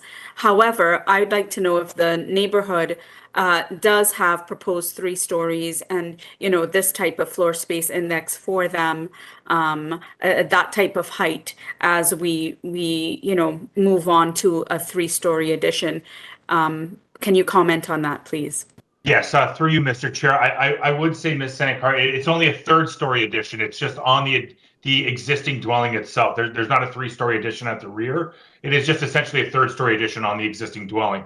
Yes, across the street, as well as adjacent dwellings to the east and the west, all have 3-story dwellings. This is a fairly shallow dwelling that is proposed, again, as it is just an addition on what is there. The opportunity to go to the rear is simply not there based upon conservation concerns, largely due to the slope that goes north to the south to the rear of the property. In terms of the floor space index itself, 0.35, you know, as we're well aware, is quite a low FSI permission basically throughout the city of Toronto. That is largely due to a control mechanism that allows for an extra review through planning, through an increase that is requested. In this case, it has gone through planning with the number that is requested. And again, adjacent neighbors across the street as well as on both sides don't see any addition with don't see any issue with a rear, a 3rd-story addition and no addition to the rear. Sorry, I believe I just went in a complete circle there, Ms. Sankar. So if that requires further clarification, I'm happy to provide it. Okay, thank you. Does the committee have any further questions of the speaker? There being none, could I get a motion on this application, please? Ms. Sankar? Yeah, through you, Mr. Chair, I accept the explanations provided by the agent here today. I do believe that based on that, this does meet the 4 tests. I'm going to put forward a motion to approve this application and make it subject to the September 29th transportation memo in terms of the comments they've made there. That's my motion. Thank you. Ms. Sankar, someone to second that? Mr. Hunt seconds. All those in favor? Opposed? Mr. Khan dissenting. That motion carries. Sir, your application has been approved subject to transportation services conditions. Thank you. Thank you. Thank you for waiting, sir. Item number 39, 25 Yorkview Drive. I have one person registered to speak. That's Randall Dickey. Are you there? Mr. Chair, members of committee, my name is Randall Dickey. My address is 446-1111 Davis Drive, Newmarket, and I'm the authorized agent for the property owner.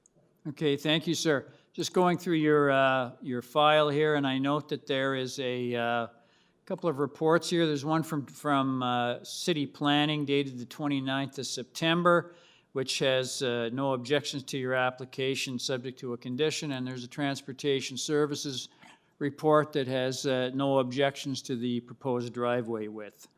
So I just wanted to ask, it's pretty clear what you're asking for in the variances we have before us.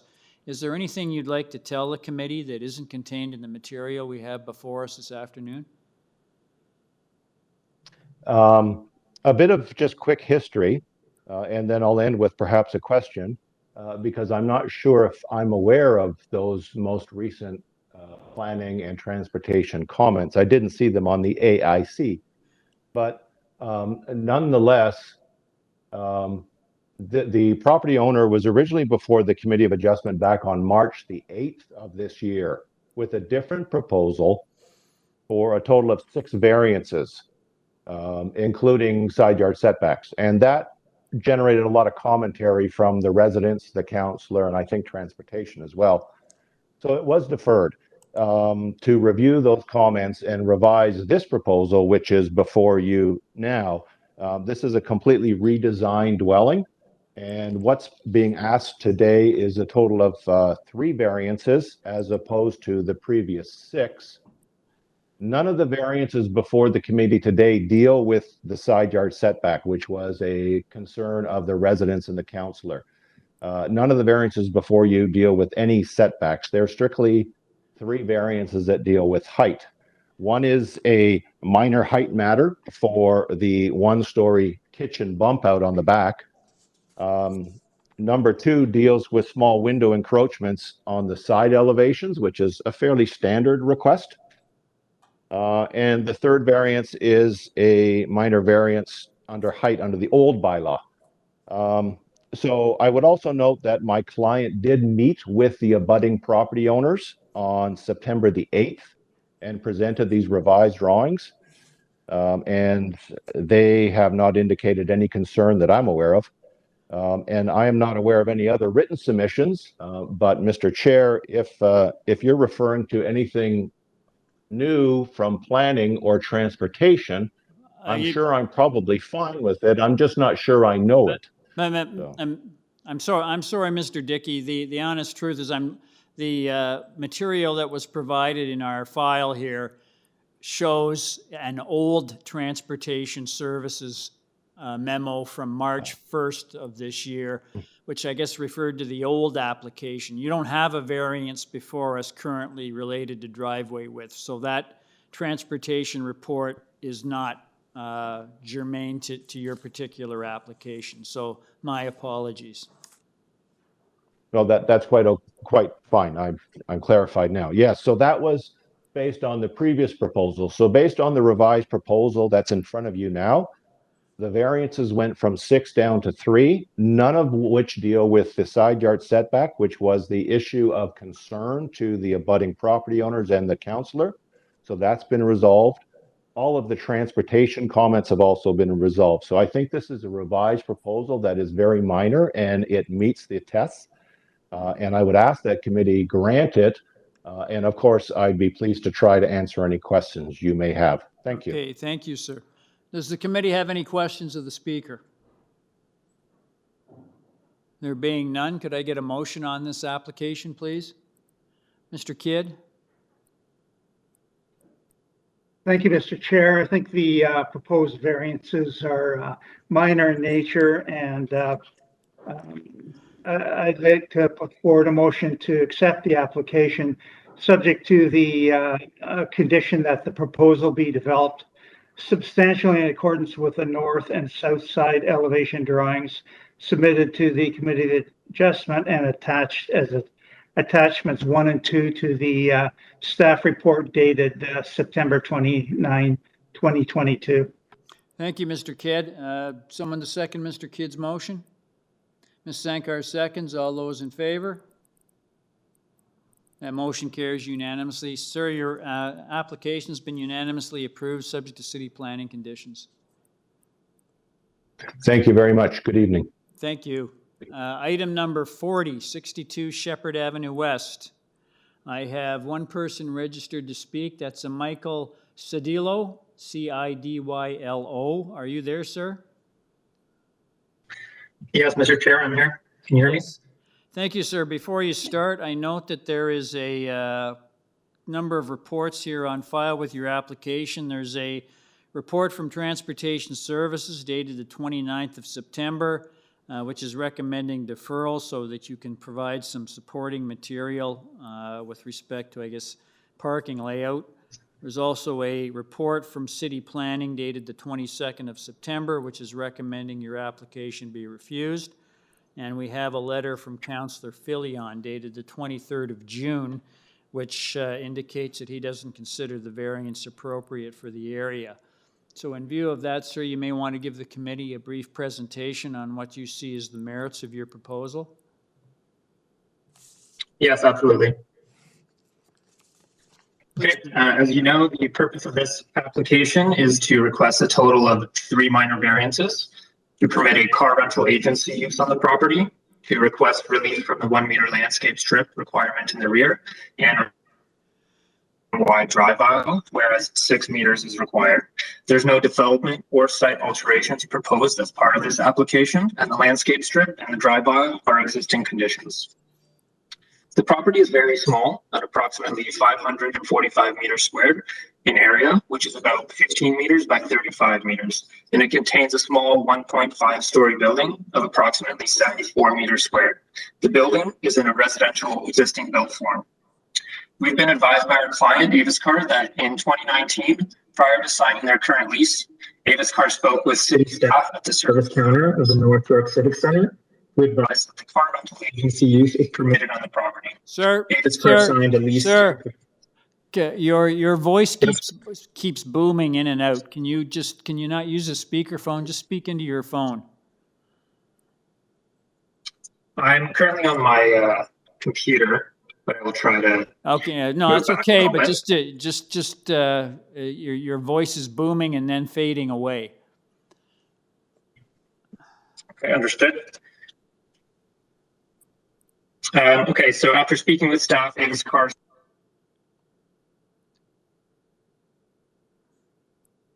Did we lose him? By the city that the car rental agency was not permitted on the property. It was at this time that AvisCar contacted us at the Lakeshore Group to assist in rectifying the non-compliance through a minor variance in order to obtain their business license. Notwithstanding the nature of how this zoning non-compliance came to be, we do believe that the requested variances meet the 4 tests of the Planning Act, as further detailed in our planning rationale. The landscape strip and drive aisle width variances seek to rectify existing conditions of the property, which have existed since at least 1985 and likely earlier. These are not proposed elements and changes. There's no development proposed at all. The current angled parking space configuration and 4-meter drive aisle function sufficiently for the former office uses that were present on this property in the past, which include law offices and business offices. These deficiencies have no impact on site function or adjacent properties. Furthermore, there's a Green Pea parking lot located just adjacent to the west of the property, which serves a very similar function as the outdoor portion of the proposal agent. Proximity to a number of offices and medical offices, which have a very similar function to the indoor portion of the property, which includes the administration of rental and insurance agreements. There are no repair or washing activities on site. Size of the property, there's only a max of 11 parking spaces. For reference, the Green Pea lot next door has 30 parking spaces, and the permitted medical offices and Green Pea see far more vehicular traffic coming and going throughout the day than AvisCar does. In light of this, the proposed car rental agency on such a small lot is significantly less impactful to the immediate and surrounding area in comparison to other permitted uses. And although city planning staff do not support the proposed use in the area as per their staff report, we note that the subject property is designated mixed use in both the official plan and the secondary plan. The intent and purpose of mixed use areas is to permit a variety of uses, including commercial, office, and residential. The car rental agency is a commercial use, and the building is an existing residential building, which is within the character of the area. This property is so immaterial that this application is inherently minor in nature, and it meets the intent and purpose of the official plan and bylaw. AvisCar would like to stay in this location permanently, and it appears that there may have been understanding that if staff or the committee are concerned with the length of time that the proposed car rental agency on this small site would exist into the future, we would like to just point out AvisCar's current lease expires in 16 months, and that they notified with a timed variance approval, which would expire when AvisCar's current lease expires. This would give our client time to find a new location and not face the ramifications of terminating their current lease with the landlord in the event that the variances are not granted. With all that being said, we feel that the variances requested satisfy the 4 tests of the Planning Act. The land use impact of the proposed use on this postage stamp sized site would be minor and less impactful than other permitted uses. Given the background and nature. Okay, thank you, sir. We ask this committee consider approving the requested variances, even if just for the duration of the current lease. Okay, thank you, Thank sir. you very much. I'm happy to answer any questions. Yeah, can I ask, sir, this Avis car rental, it's been there for a very long time, is that correct? Since 2019. Sir, we're having trouble hearing you. Your voice keeps breaking up. Apologies. The rental has been there since 2019. Hang on, just how long has it been used as a car rental? 2019, Mr. Chair. 2019? You mentioned 1985. The rental has been there since 2019. I mentioned 1985 in relation to the lack of landscape strip and the existing parking arrangement. Okay. These are existing conditions, which, as far as my aerial imagery research shows, have lasted since 1985. So do you know what the use was prior to the car rental agency? Yes, there was law offices and business offices prior to that. Okay, and how, just the car rental agency that's there now, how long is the term of the lease?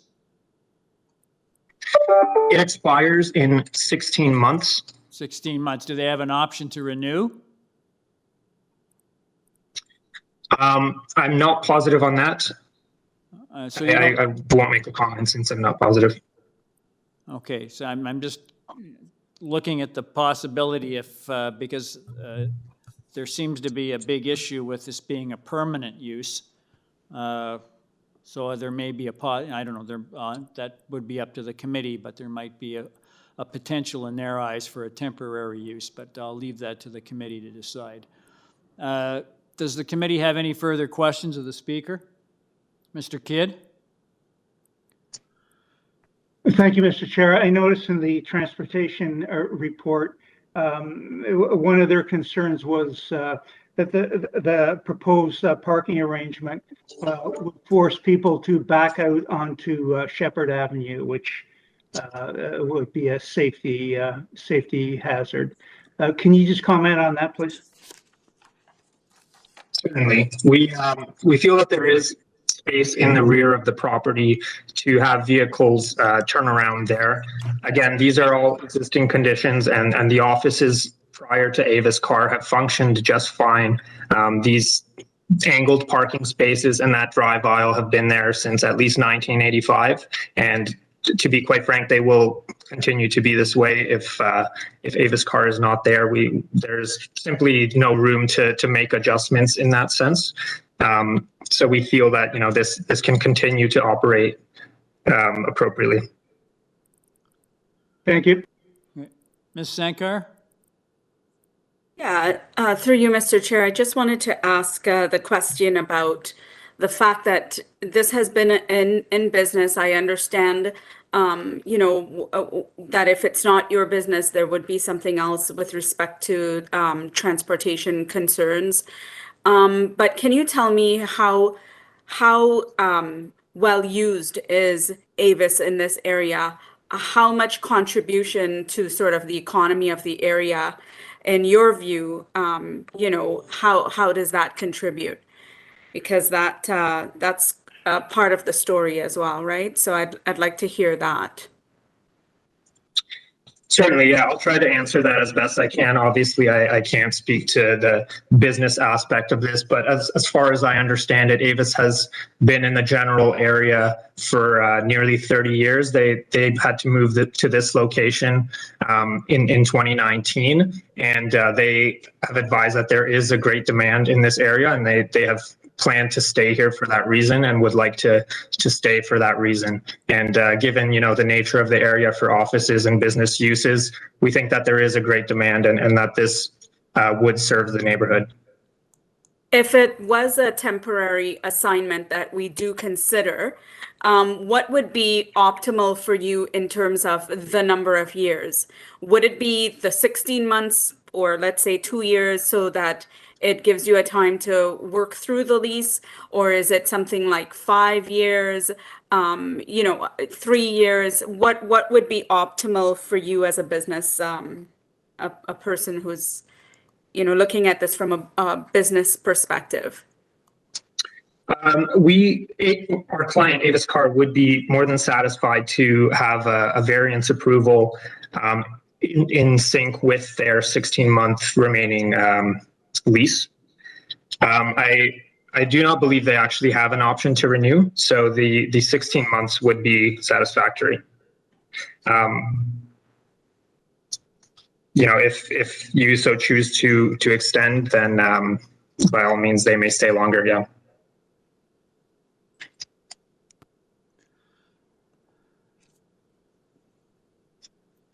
Any further questions of the speaker? There being none, could I get a motion on this application, please? Mr. I have Khan? a question. Oh, I'm sorry, Mr. Khan, did you have a question? Yes, sir, I do. I'm sorry. No, sir, thank you very much. My question, Mr. CVO, is that Shepherd Avenue Commercial Area Secondary Plan is a mixed area use B, which does not allow car rental agency. Now, this is a very explicitly, explained that car rental cannot be there as a business. How can we as a committee give you time for 16 months or 18 months or allow it when it is not allowed at all in the secondary plan? The secondary plan doesn't actually explicitly state that the use cannot be permitted. The secondary plan lists a number of uses which can be permitted. So no, it doesn't actually explicitly say we cannot have a car rental agency. It just is not specifically listed in their permitted uses. So we feel that this is still a mixed use in the sense of what the purpose of mixed use areas is, and that we would fit. And also there's a question of 4-meter wide drive aisle.